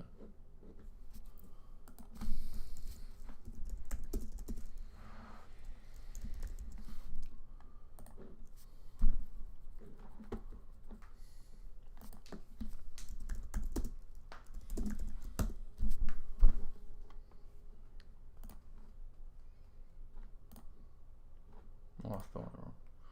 All right. So we can see here. Where is this at? The crucifixion. Yeah, right here. Boom. So this is the siege of Tyre, which this is what the prophecy is ultimately referring to. The siege of Tyre, which Alexander, or somebody we were just talking about, went into Tyre and killed these people. So it says, according to Quintus Curtius Rufus, 6,000 fighting men were killed within the city, and 2,000 Tyrrhenians were crucified on the beach. That's the die of death in the sea, and this is the historical reference. It's called the history of Alexander the Great of Macedonia, right? So, as we can see, just like the Bible says, right? Go ahead. It says, "Die the death of them that are slain in the midst of the seas." Verse 9. "Wilt thou yet say before him that slayeth thee, I am God?" Well, you gonna tell Alexander when I send him on your ass that you're God? Read. "But thou shalt be a man, and no God, in the hand of him that slayeth thee." Read on. "Thou shalt die the death of the uncircumcised by the hand of strangers." Who are these strangers? These Edomites, right? Go ahead. It says, "For I have spoken it, saith Yahweh." Verse 11. "Moreover, the word of the Lord came unto me, saying, Son of man, take up a lamentation upon the king of Tyrus. So again, take a lamentation on the king of Tyrus. Read on. And say unto him, thus saith the Lord God, thou sealest up the sum full of wisdom and perfect in beauty. Read on. Thou hast been in Eden, the garden of God. So this is what people say. They say, man, this is talking about Satan, man. He was in Eden. First off, where was Satan in Eden? Yeah. I want you to show me Satan in Eden. Don't come tell me the serpent is not Satan in Eden. What's funny is the serpent. They're talking about the serpent. He said, no, the serpent is Tyrus. That's the crazy thing about it. But that's another topic for another time, right? Go ahead. It says, thou hast been in Eden, the garden of God. Every precious stone was thy covering. People say this means that he was glorious. This is Satan and he's glorious. No. This is a person who dwells in Eden, which is the Fertile Crescent, so you can understand. Take the spookism out of Eden. Eden is the most fertile place of the world. That's why it's called the garden, right? It's the Fertile Crescent. That's from the Nile to the Euphrates. You know the portion of land that God promised to Abraham? That's Eden. Tyrus's borders is within that Eden, along the Fertile Crescent, the most fertile land in the world. And they have precious stones. That's how they get in their money. It's the sardis, the topaz, the diamond, the beryl, the onyx, the jasper, the sapphire, the emerald. Just like now, people like jewelry then. And this is how they made their money, right? So just pick it up at the workmanship. And the gold, where they would come over to Peru and get gold. This is historically documented, right? Read on. The workmanship of thy tabrets and of thy pipes was prepared in thee in the day that thou was created. In the day that thou was created, right? So people say this means Lucifer was a talented musician. No, he sold jewelry. The same way an African will pull his damn trench coat open and have a bunch of fake watches in his jacket. Now he was selling jewelry. Take the spookism out of this. This is very practical and very historically accurate, and you need to know this to rightfully defend and contend for the faith, right? Go ahead. Or you got a point? Go to Brooklyn or something. Go to Times Square. The hand might have watches for your ass. I'm telling you. Go to hey, you used to could go to Crenshaw and Sloss and the hand might selling you something. Too soon? Go ahead. Too soon? Go ahead. Verse 14. Thou art the anointed cherub that covers. He's the cherub. Wow, yeah. Now, all right, let's take the. Guess what? The scholars already know this, man. But spooked out people don't know this. Ithabal III. Watch this. Ithabal III was recorded by Josephus as the king on the list of kings of Tyre, reigning from about 591 to 590, all the way to 573, 572 BCE at the time of the first fall of Jerusalem, and therefore subject of Ezekiel's cherub in the garden. Who is Ezekiel's cherub in the garden? Ithabal III. Okay, the source here is called Salakia. What is this source? Hold on. Make sure I get it right. Hold on. Boom. It's I just want to pay. Oh, Nebuchadnezzar in Babylon. That's what it's called. Nebuchadnezzar in Babylon. Ezekiel's cherub in Eden is Ithabal III. But you have to understand that all of this didn't happen. As we can see here, according to the oracles of Ezekiel, he was not captured. Ithabal survived the siege. So the siege didn't come to full fruition until Alexander's time, right? So Nebuchadnezzar came against Tyre and Zidon, jacked them up, but then after the fall of the Medo-Persians, so we talking about centuries later, 400 or 500 years later, then this came to full fulfillment through Alexander, right? So go ahead. It says, thou art the anointed cherub that covereth, and I have set thee. Who is the anointed cherub? Ithabal III, king of Tyre. Okay, not Satan. All right, go ahead. It says, and I have set thee so, thou was upon the holy mountain of God. Thou hast walked up and down in the midst of the stones of fire. Never mind, I'll show you. Okay, so the stones of fire are all those stones that were available for them to go and sell. Okay, that's what that is, right? That was go ahead. 15. Thou was perfect in thy ways from the day that thou was created, till iniquity was found in thee. Right, it was all good until you did something wrong. What did he do wrong? He sold Israelites, God's chosen people, into slavery to the white man, as we've already read. That's what he did wrong, and he started feeling himself. What caused him to sell us into slavery was that he was feeling himself. because we had a covenant. When they talk about it, people often do Esau broke the brotherly covenant. There's nowhere in the Bible that says we had a brotherly covenant with the Edomites. I'm gonna burst your bubble on that too. Same way I'm bursting it through the Spirit on who's wiser than Daniel. I'm gonna burst that bubble. There was never a brotherly covenant between Israel and Edom. From the second we became a nation and came out of Egypt, they rejected us off top. There was never a brotherly covenant established. A brotherly covenant is an agreement, not just, oh, we're brothers. No, it's an agreement that you enter into. You make a covenant. But we did certainly enter into a covenant with the people of Tyre and Zidon. We see this during the time of Solomon. That's when we enter into that covenant. So they broke that agreement that we made. And God sent Alexander the Great to destroy the hell out of them to where they would not rise to the ancient prominence again as a result of it. So what you think he's going to do to them this time? They got another judgment coming back to him for selling us to the white man again. That's right. Right? But go ahead. Let's sit on, you want 2:16? Read 16 too. Verse 16. By thy multitude of thy merchandise, they have filled the midst of thee with violence. And thou hast sinned. Therefore, I will cast thee as profane out of the mountain of God. That's right. I'm gonna kick you out of Israel. And ultimately, they were kicked out of Israel when? The same time we were. 70 AD, and in and around that time, the dark people, the Hamitic people, and the Israelites, we were all removed out of that place. All of us were. All right? So they were moved out of the mountain of God.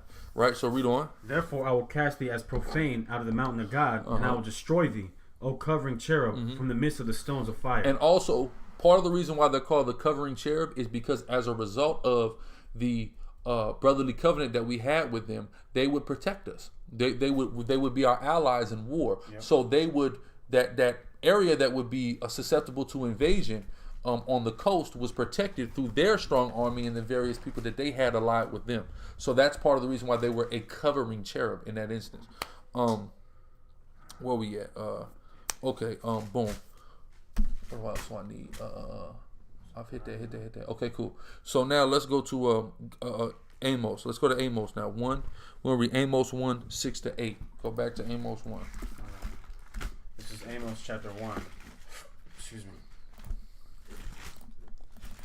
Amos chapter 1 verse 6.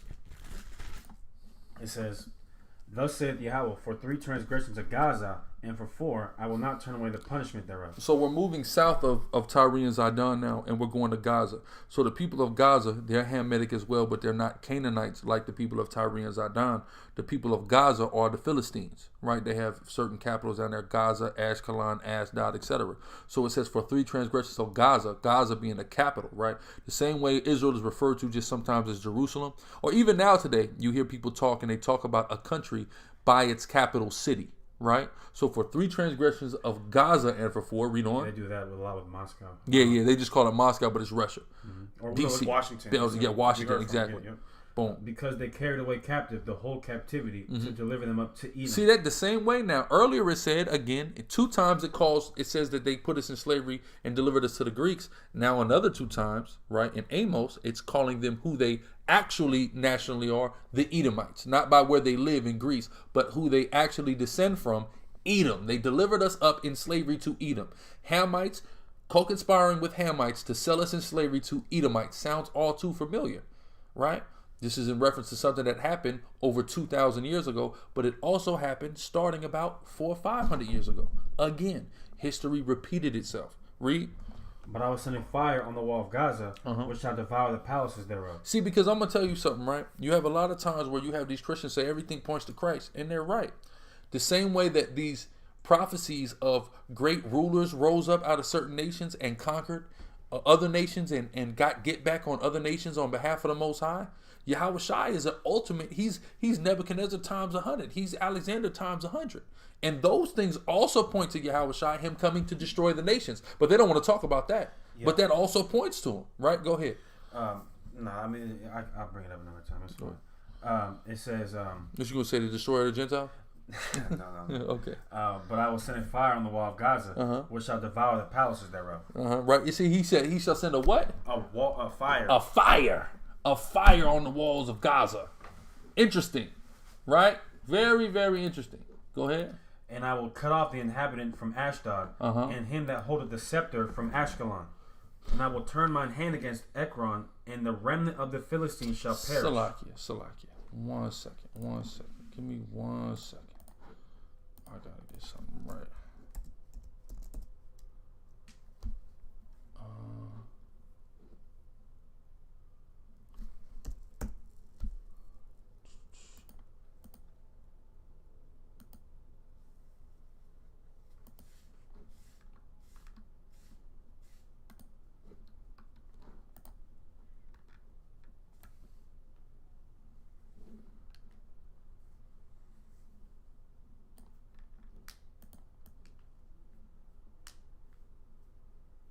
Now watch this real quick, because if you remember, I told y'all to keep in mind Persia, and I didn't hit on this point in the history. If y'all remember, it talked about Persia. Matter of fact, get that in 27, Ezekiel 27. I just want to get that real quick, because I want to make sure we giving y'all the history on this too, through the Spirit, so you can see the correlation and how accurate the Bible is. Just a perfect book, man. I'm trying to tell y'all. But yeah, it's like 27 late. Go ahead. Ezekiel 27:10. They of Persia and of Lud and of foot were in thine army. We're in thine army, right? So they had Persians with them. The Zidonians had for their army, right? So it says, after the setback, Alexander was convinced that he would not be able to take Tyre without a navy. However, his previous victory of Issues and subsequent conquest of the Phoenician city-states. So Tyre was a capital, right? But you had other capitals like Zidon, Byblos, and Award, right? So it said this are all the same people. So it said the Phoenician city-states of Byblos, Award, and Zidon had meant that the fleets of these cities, right, meaning the navy that belonged to these cities, which had composed most of the Persian navy. It was composed of Persians, predominantly, showing you just what the Bible says history is correlating with, that the Persians were a part of the military force of the Zidonians, right? Came under his banner. So he utilized the Persian navy to fight, right? Commanded fleet, 80 ships, etc. So part of that dying the death of the seas, as we read in prophecy, also related to them having naval battles, right? And dying on the ships, etc. Right? But Salaki, where was we at? Amos? Yeah. Let's go back to that. Okay. Amos chapter 1 verse 9. Thus saith Yahweh, for 3 transgressions of Tyrus, and for 4 did we read that? We read Tyrus. We need to do the siege of Gaza now. Yeah, I read Gaza. Salaki. 6 to 8, right? Yeah, read it again. Okay, from 6? From 6. Okay, Amos 1 to 6. Thus saith Yahweh, for 3 transgressions of Gaza, and for 4 I will not turn away the punishment thereof, because they carried away the whole captivity, to deliver them up to Edom. But I will send a fire on the wall of Gaza, which shall devour the palaces thereof. And this was a tactic of them. This was a tactic of them to burn things up. Or just like here it says how they burned Tyre too, right? Alexander the Great attacked and burned Tyre.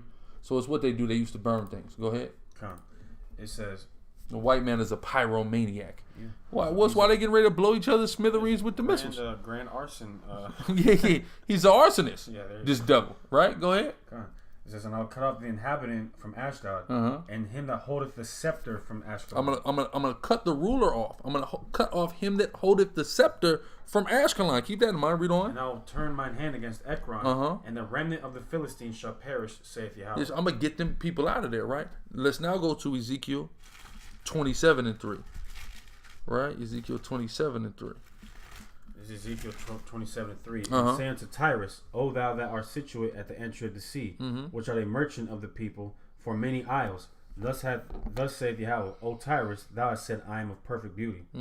Verse 4. That's 27 and 3? Yeah. Maybe 28 and 3? Read 28 and 3, Salaki. Behold, thou art wiser than Daniel. No, that ain't it. That ain't it. Salaki, I don't know why I had that there. Let's go to Zechariah 9 and 5. Because I'm focusing now on the Philistines, not on Tyrus no more. So let's deal with the Philistines, Gaza, the siege of Gaza. These are all, you can research all this history on an even deeper level if you like. It's all about, these prophecies are all about the siege of Tyre and the siege of Gaza, right? Historical things you could go and reference, read countless sources on it. All right, read on. Zechariah 9 and 5. Ashkelon shall see it and fear. Gaza also shall see it and be very sorrowful. Right, so it's talking about all those capital cities, just like the Phoenicians have various capital cities, Phoenicia, Zidon, Byblos.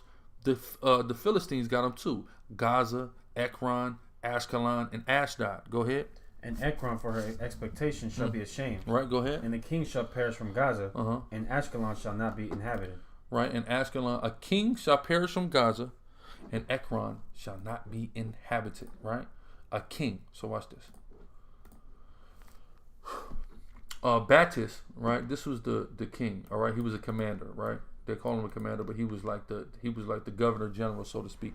He was the king, or the equivalent to what a king was, but he was more militarily based of Gaza, right? So it says, Baptist refused to surrender to Alexander when Gaza was taken. The male population was put to the sword, and the women and children sold into slavery, according to the Roman historian Quintus Curtius Rufus, right? This is the source, right? Quintus Curtius Rufus, right? In the source here, hold on.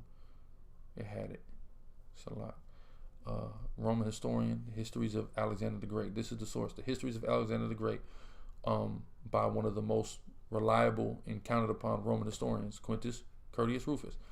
Baptist was killed by Alexander in imitation of Achilles' treatment of the fallen Hector, right? So he cut this king off. What does it say? Read that part again. Zechariah 9:5. Ashkelon shall see it and fear. Mm-hmm. Gaza also shall see it and be very sorrowful. Read on. And Ekron for her expectation shall be ashamed. Read on. And the king. And who? The king. The king, right, which is Baptist. Read. Shall perish from Gaza. See that? The king shall perish from where? Gaza. So after the siege of Gaza, what happened? Baptist was killed by Alexander in imitation of Achilles' treatment of the fallen Hector.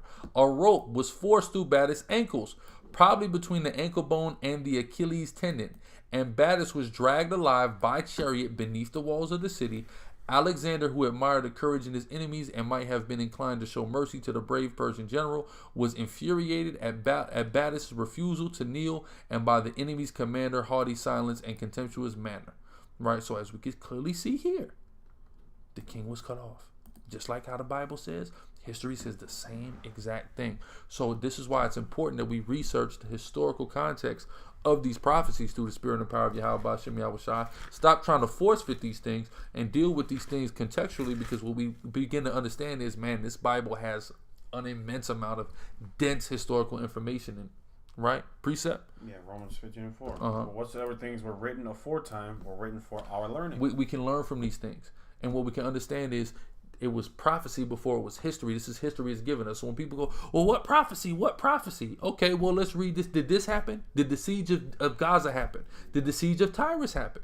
This is historically a fact, right? So if they happen, and they happen in the exact way that the Bible preordained them to happen by the Spirit of God on holy prophets, then damn it, what can you say? How can you discredit this book? Go ahead. Yeah, Khan, and just a point.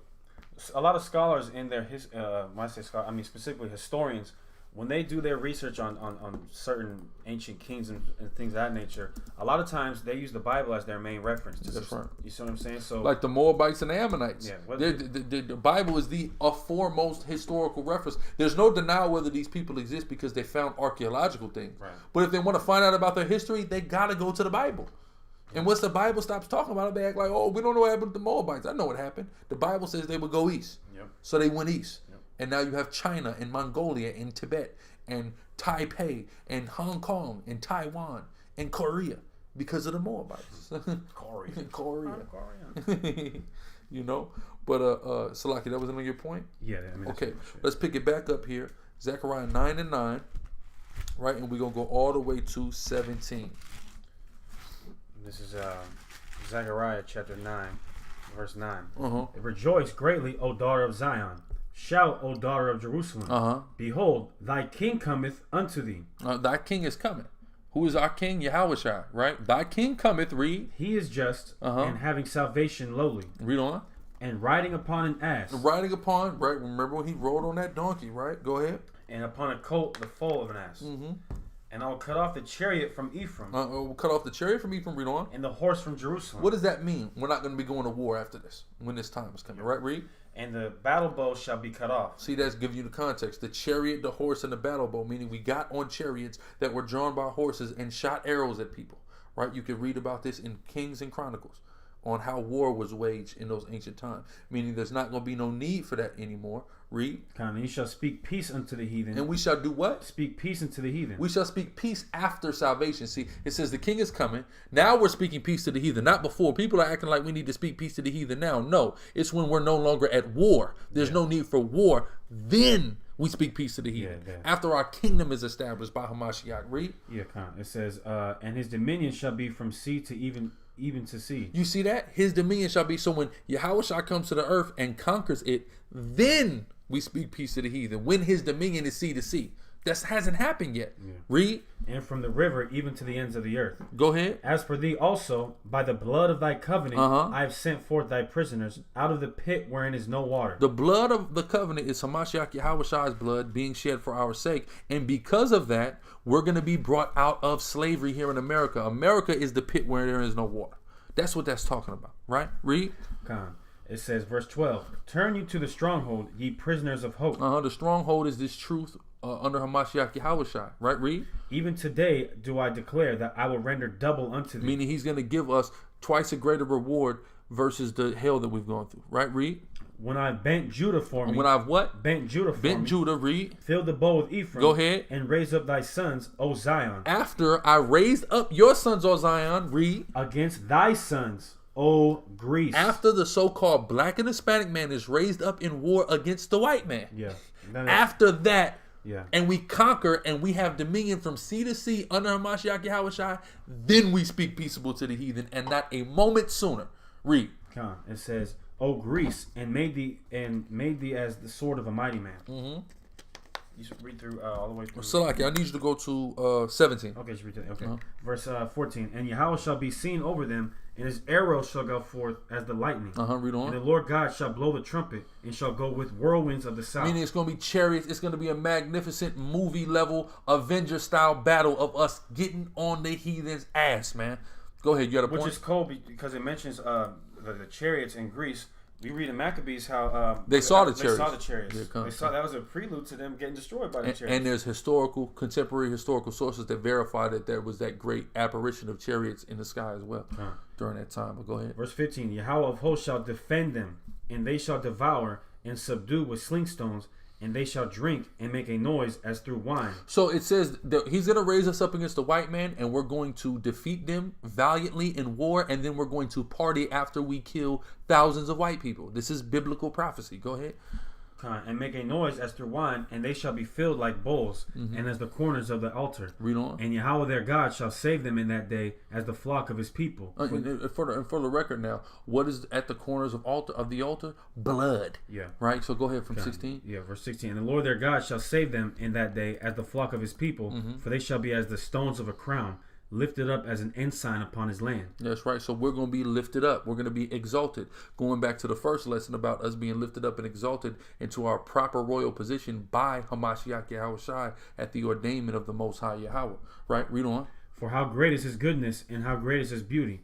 Corn shall make the young men cheerful, and new wine the maids. You see that? So, boom. That is in who the understanding on who is wiser than Daniel, historical order of prophecy, both the historical aspect and what we have to look forward to and things of that nature. I just wanted to show you the parallels between these four specific chapters: Zechariah 9, Amos 1, Ezekiel 27, and Ezekiel 28. No spookism, just already occurred history and partially unfulfilled prophecy, which is this latter part that we just read, that will come to pass at the return of Hamashiach Yahushua, which we're only waiting on ourselves for. We got to be righteous, keep the law, and have the faith. What I want to do now, though, is Salakia, I'll open it up for questions. We'll take, how long we been live? We'll do about 20 minutes of questions, man. If y'all got questions, go ahead, ask them now.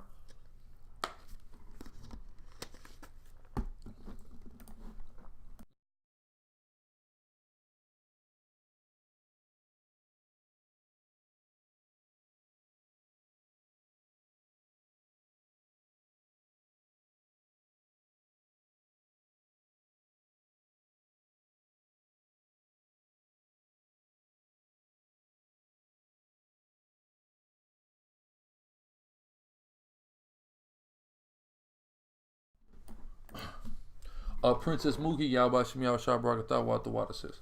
Who is that it's another 20-year-old. Let me see where that was from.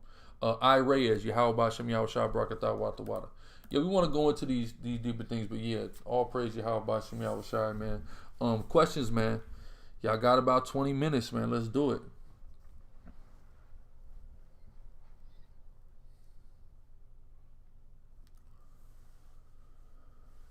Yeah, people always asking, periodic questions. What you got to do is write your questions down and save them for when we open them up for questions, man. We taking time to answer some questions now, though. Don't forget class tomorrow. Situation Room Most High Will Wednesday, as well as Sabbath class Thursday.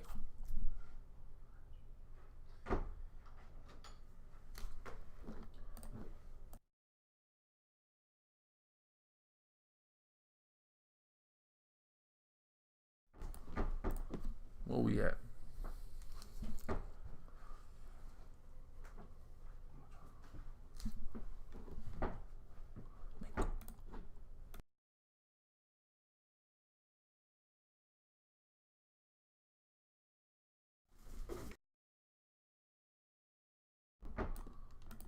Where we at? Do we have to accept Edomites as slaves? I prefer killing them all because we have to, because it's a part of their judgment. So you serve their ancestors, they have to serve you, right?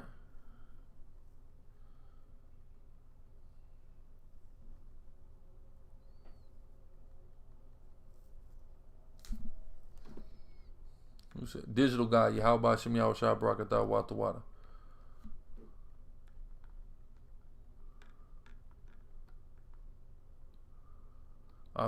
Shar Yashawab, Shalom soldier. Elam, I can't say that from Elam. Yeah, Elam knows that Elam, just like Ishmael knows that Ishmael.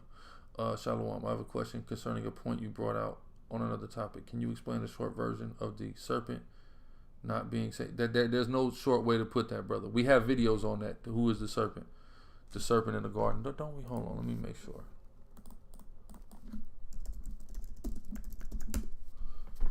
Let me see. Yeah, just look up Sicarii serpent. Just type that in YouTube, and it's gonna take you to a video on Sicarii water called "Who is the Serpent from the Garden?" It's the first video. As a matter of fact, you know what? Let me show y'all on the screen. Hold on. Oh damn. So like yeah. Let me show you on the screen.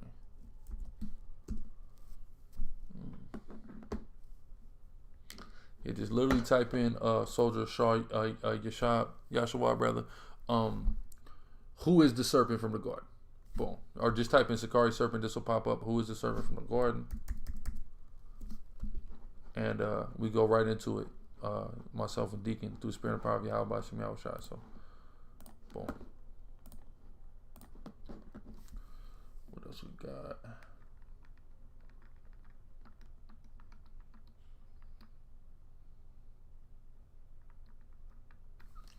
Feast of First Fruits. Let me show y'all our calendar. The calendar.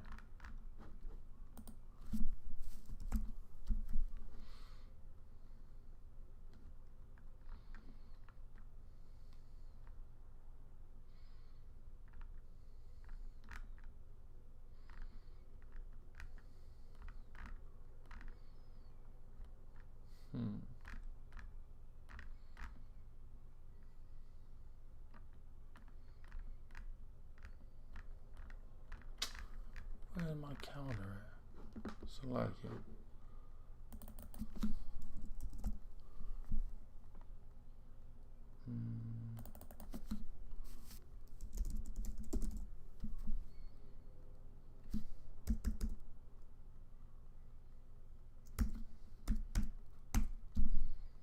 Here we are. All right. Okay.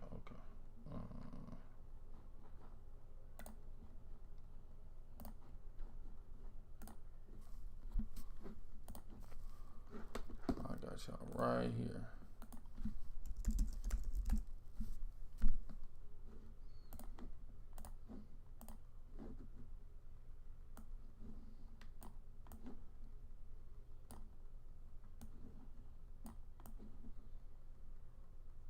Boom.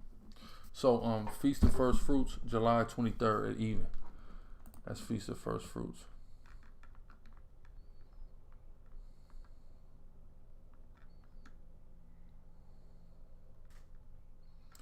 All praise Yahweh, Shem Yahweh Shai. Can't we start claiming certain Edomites now? I mean, you can. You can call lots on people. All praises. right way. If you had sex with him, that's your husband. Boyfriend is some fake term the white man made up. Yeah, the Garden of Eden is the Nile to the Euphrates. Why Arab Ishmaelites adamantly claim they are Israelites? Well, that's an ancient problem. You see that being addressed in Galatians 4, and you see that being addressed in Romans 9 by Paul. That's why Paul kept saying, yes, you have Edom and you have Ishmael, but it's about Israel. You have Edom and you have Ishmael, but it's about Israel, because the Edomites and the Ishmaelites been trying to get and weasel their way in, because they're children of Abraham, going all the way back 2,000 years ago to the sister Titi. What else we got? Hold on, Salakia. Okay, no, chat. What is the precept to prove Christ is not all knowing even after his resurrection? Give me Revelation 14. That's what I'm looking for? Yes.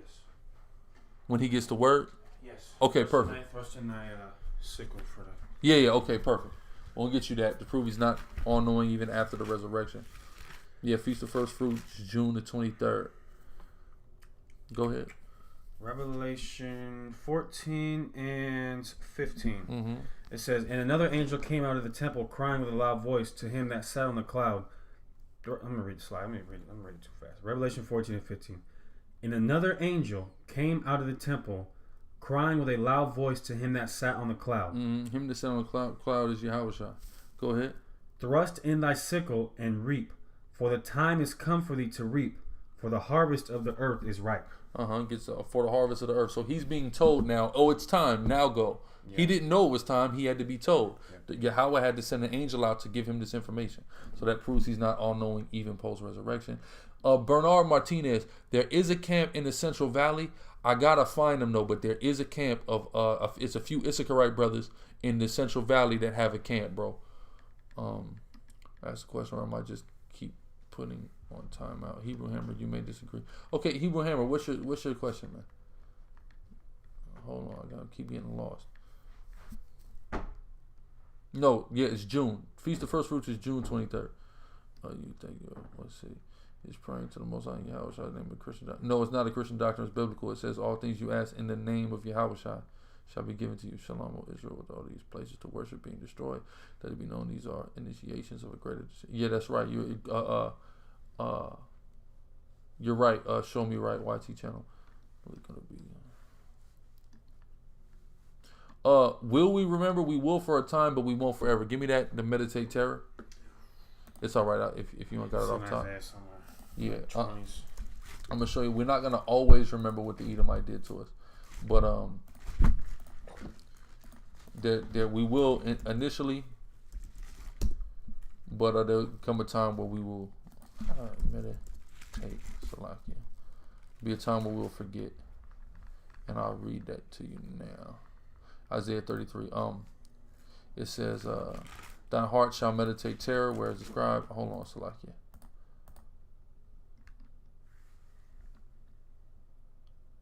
No, this ain't it. Dang it. Oh, right here. Yeah, this is it. DNOT. You will think back to this time of terror, asking, where are the Assyrian officers who counted our towers? Where are the bookkeepers who recorded the plunder taken from? Basically, you're going to be saying like, damn, man, whatever happened to that, man? Then it says, thou shalt not see a fierce people, a people of deeper speech that thou canst perceive, of a stammering tongue that thou canst understand. Right? So there'll come a time when we'll think, we will think about it, but you know, it's not, we're not going to worry about it no more. Right? What else? See the old Salakia. I see. Trying to just get through these one at a time, so I'm scrolling up, so I know I'm a little behind. I seen an old video that you had a project coming out. Oh yeah, the cane. I'm gonna still do the cane thing. I'm gonna still do that, but it just was a little bit more difficult to put together. I thought now that I've officially done my first documentary with the Guerrilla Hebrew Homecoming, and all praise Yahweh Shem Yahushua for that. Thank you everybody that watched that. Now I know how to do documentaries. I have the skill set through the Spirit. I think I've gotten overwhelmingly good feedback, so I think I'm all right with it now. So I'm gonna try to put that. I'm gonna put that cane together. I'm gonna shorten it. I was gonna call it from cutting cane to cutting cane, but now I'm gonna just call it cane. But yeah, it's definitely in the works because it's a lot of important information about that. Can someone send me? Will we be allowed to have specific Edomite does? Potentially send you. What if I was not a virgin? It doesn't matter if you weren't a virgin. You gave that to him. That's your husband. Period. before I found the truth. You can just always go to Exodus1715.org and our calendar is there. Video input slow. Hold on. What's up? We all right?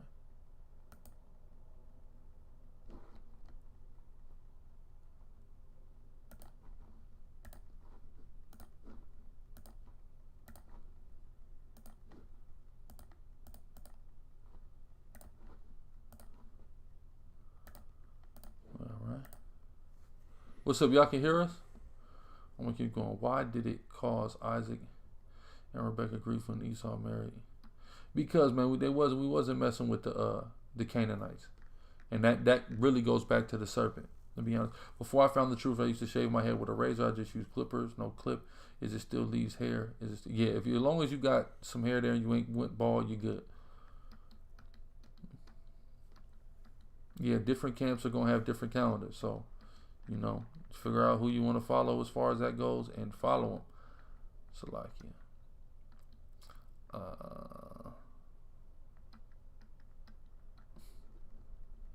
Here's the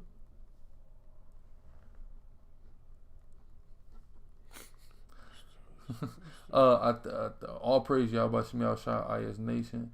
I don't want to ask now because I've been on timeout, so I'm just listening to it. Okay, where are the spiritual gifts of the 12 tribes like Issachar with time, Judah with their... Well, the spiritual gift for Judah is not with their voices. It's leadership and rulership, and things of that nature. It's not the voice. All of us are loud. You can't go to any tribe and tell me they're not loud. Well, ISBHBK, yeah, ISBHBK should be there. They were at the Atlanta summit, and most of the other previous summits, they even hosted a summit, but they kind of I want to say they missed San Diego and Detroit. They weren't at, but they were at all the other summits though. Where are the other sheep? The other sheep that are not as full was talking about the Northern Kingdom, so the Latino brothers that were over here. Do we have to get circumcised if you want? Yes, you have to get circumcised. The serpent was not an actual animal, Brother Malik. But an animal did talk in the Bible. That's the donkey in Numbers. I seen an old video, project coming. Okay, I answered that. Do you plan on coming to Chattanooga, Tennessee? I honestly don't plan on coming to Chattanooga, Tennessee, or anywhere. Well, I'll go to Tennessee, Nashville, and Memphis, but I ain't been planning to come to Chattanooga. But we got brothers in Tennessee, though, so hit us up because we got Knoxville, Memphis, Nashville. Goods and Cassidy, Cassidy. I'm gonna be honest with you. I don't think Cassidy in 2019 has the ability to beat Goods. As much as I like Cassidy and think he's an all-time, where battling is at today, I think Goods is gonna beat Cassidy. Hassad does. Well, Hassad, you know, is kind of like Larry Merchant in this conversation. I don't know nothing about it, man. That's cold-blooded. Is it Christian doctrine to pray to? I've already answered that. He's the mediator. All right. Hit the email. Okay. Can she have 2 husbands? What about the guy she gave her virginity to? No, she can't have 2 husbands. Can't deal with 2 men at once. Come on now. Yeah, Buddhist man, y'all. Boo him. Yeah, I mean, I would like Cassidy to win, but battling and where it's at, you can't cleave onto nostalgia. This is a young man's game. Y'all gotta remember that. Yeah, make sure to like, sub, share, and super chat, everybody. Did Sicarii ever do in Tacoma? I just was in Tacoma. Come on now. We just was in Tacoma. You know that, brother. I think Cass could take him. I mean, you think that because of what Cass used to do. You don't think about when the last time you seen Cass battle, when Goods is consistently battling and one of the elite battlers in the earth today. So I know why you guys are saying Cassidy. I would say it too, but just in all honesty, it's just not likely. But we'll see. Sicarii have a camp in Philly? Yes, we do. Hit us on the email. We got brothers in Philly. Has anyone seen Rap? No. You know what's crazy, Mike Ziegler? I was thinking the same thing. What the hell happened to Rap the News? Has he not been showing videos? I want to see if he's been doing any videos. The Bible don't make sense. Because the nigga who told me the Bible don't make sense. Yeah, so why are we reading it, nigga? What's wrong with you? Yeah, I ain't seen him, and that was funny because I looked at I had seen the debate, and I was just like, damn, whatever happened to this dude? Because I ain't hear, like, he was buzzing, And in the spirit, he ain't. Now he's still doing his videos, but he wasn't. I mean, he's still getting cool little views too. Okay, well, yeah, I don't know. I just ain't heard about him. Could you elaborate on the 5 husbands said Marilyn? What she was talking about? It literally, she did have 5 men that she had slept with in her life, but also it referenced the 5 idols. Really 6 idols. It says 5 husbands, and the one you have now is not yours. Give me that in Kings about when Sennacherib carried the north away. I'll show you those 5 idols in the spirit of power of Yahweh Shem Yahweh. Yeah, we got men in North Carolina. Send us an email. Raleigh and Durham, we got men right now. Was that 2 Kings 17? You said when what? When Sennacherib and he put the people to replace the Northern Kingdom. I think. Yeah, we got Tennessee dudes. So send us the email. Memphis and Nashville and Knoxville. Really? Okay. I think it's 2 Kings 17. What's his name? Yeah, Jamal, you need to get a Hebrew name, man. You taking on the Hebrew custom and culture. You need to get a Hebrew name. I'm seeing a lot of brothers with still who got their regular name. Like, man, if you don't get a Hebrew name, man, what the hell is wrong with y'all? I will always read you guys, but I think we differ on some doctrine from some videos I have seen. All right. Yeah, Ephraim was taken over there in ships to Hawaii.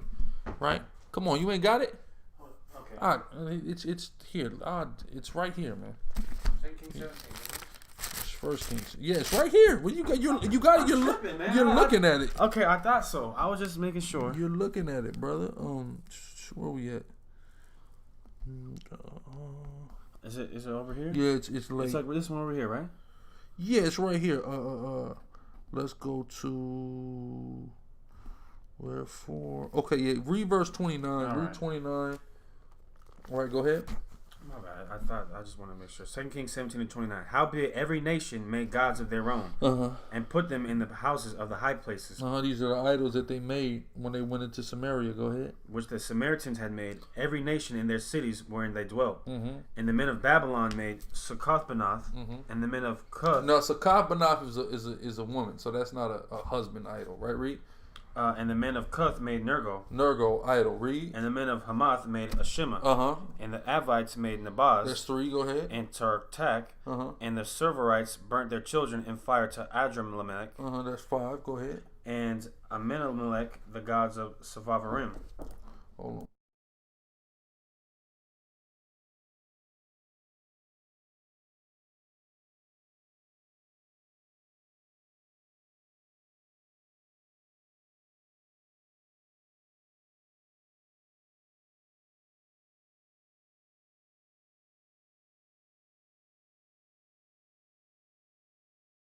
Salakia. Nice food delivery. Go ahead. Yeah, even get off of here. Go ahead. It says the gods of Sepharvaim. So they fear the Lord and make. Okay, so Salakia, let's read this real quick. So, where was we at? 29, right? So here we have, okay, the men of Babylon made Succoth-Benoth. That's a girl, so that doesn't count as a husband, right? But then the men of Cuth made Nergal, right? That's 1. The men of Hamath made Ashima. That's 2. The men of the Avites made Nabaz, that's 3, and Tartak, that's 4. And the men of the Seraphites burnt their children to Adaramelech, that's 5.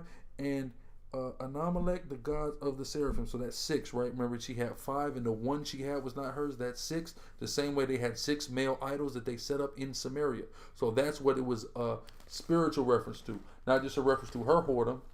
Though the first layer is that it referenced the whoredom of the portion of the northern kingdom that did resort back to Samaria, that followed the idols of the Hamites that dwelt there in their stead. All right, and still dwelt amongst them. It was predominantly Hamites in Samaria, but Israel was there as well. I got about a minute. Let's get the last question.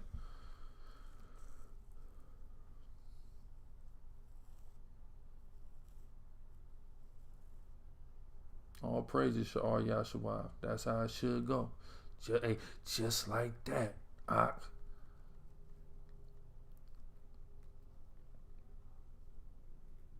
Come on. Last question. Israel is my name from the tribe of Ephraim. What I have to change? Well, yeah, you need to put it in Hebrew. So Yasharahla bun aparyim. Yasharahla bun aparyim. All right, I'll take that. I'll say that's the last question. That was a question, wasn't it? All right. So with that, y'all, catch y'all back tomorrow. Most High will, for the Chronicles class. So with that, all praises to Yahweh, by Hashem Mashiach Yahweh Shai, the water everybody, especially the super chatters, and Shalom. Shalom.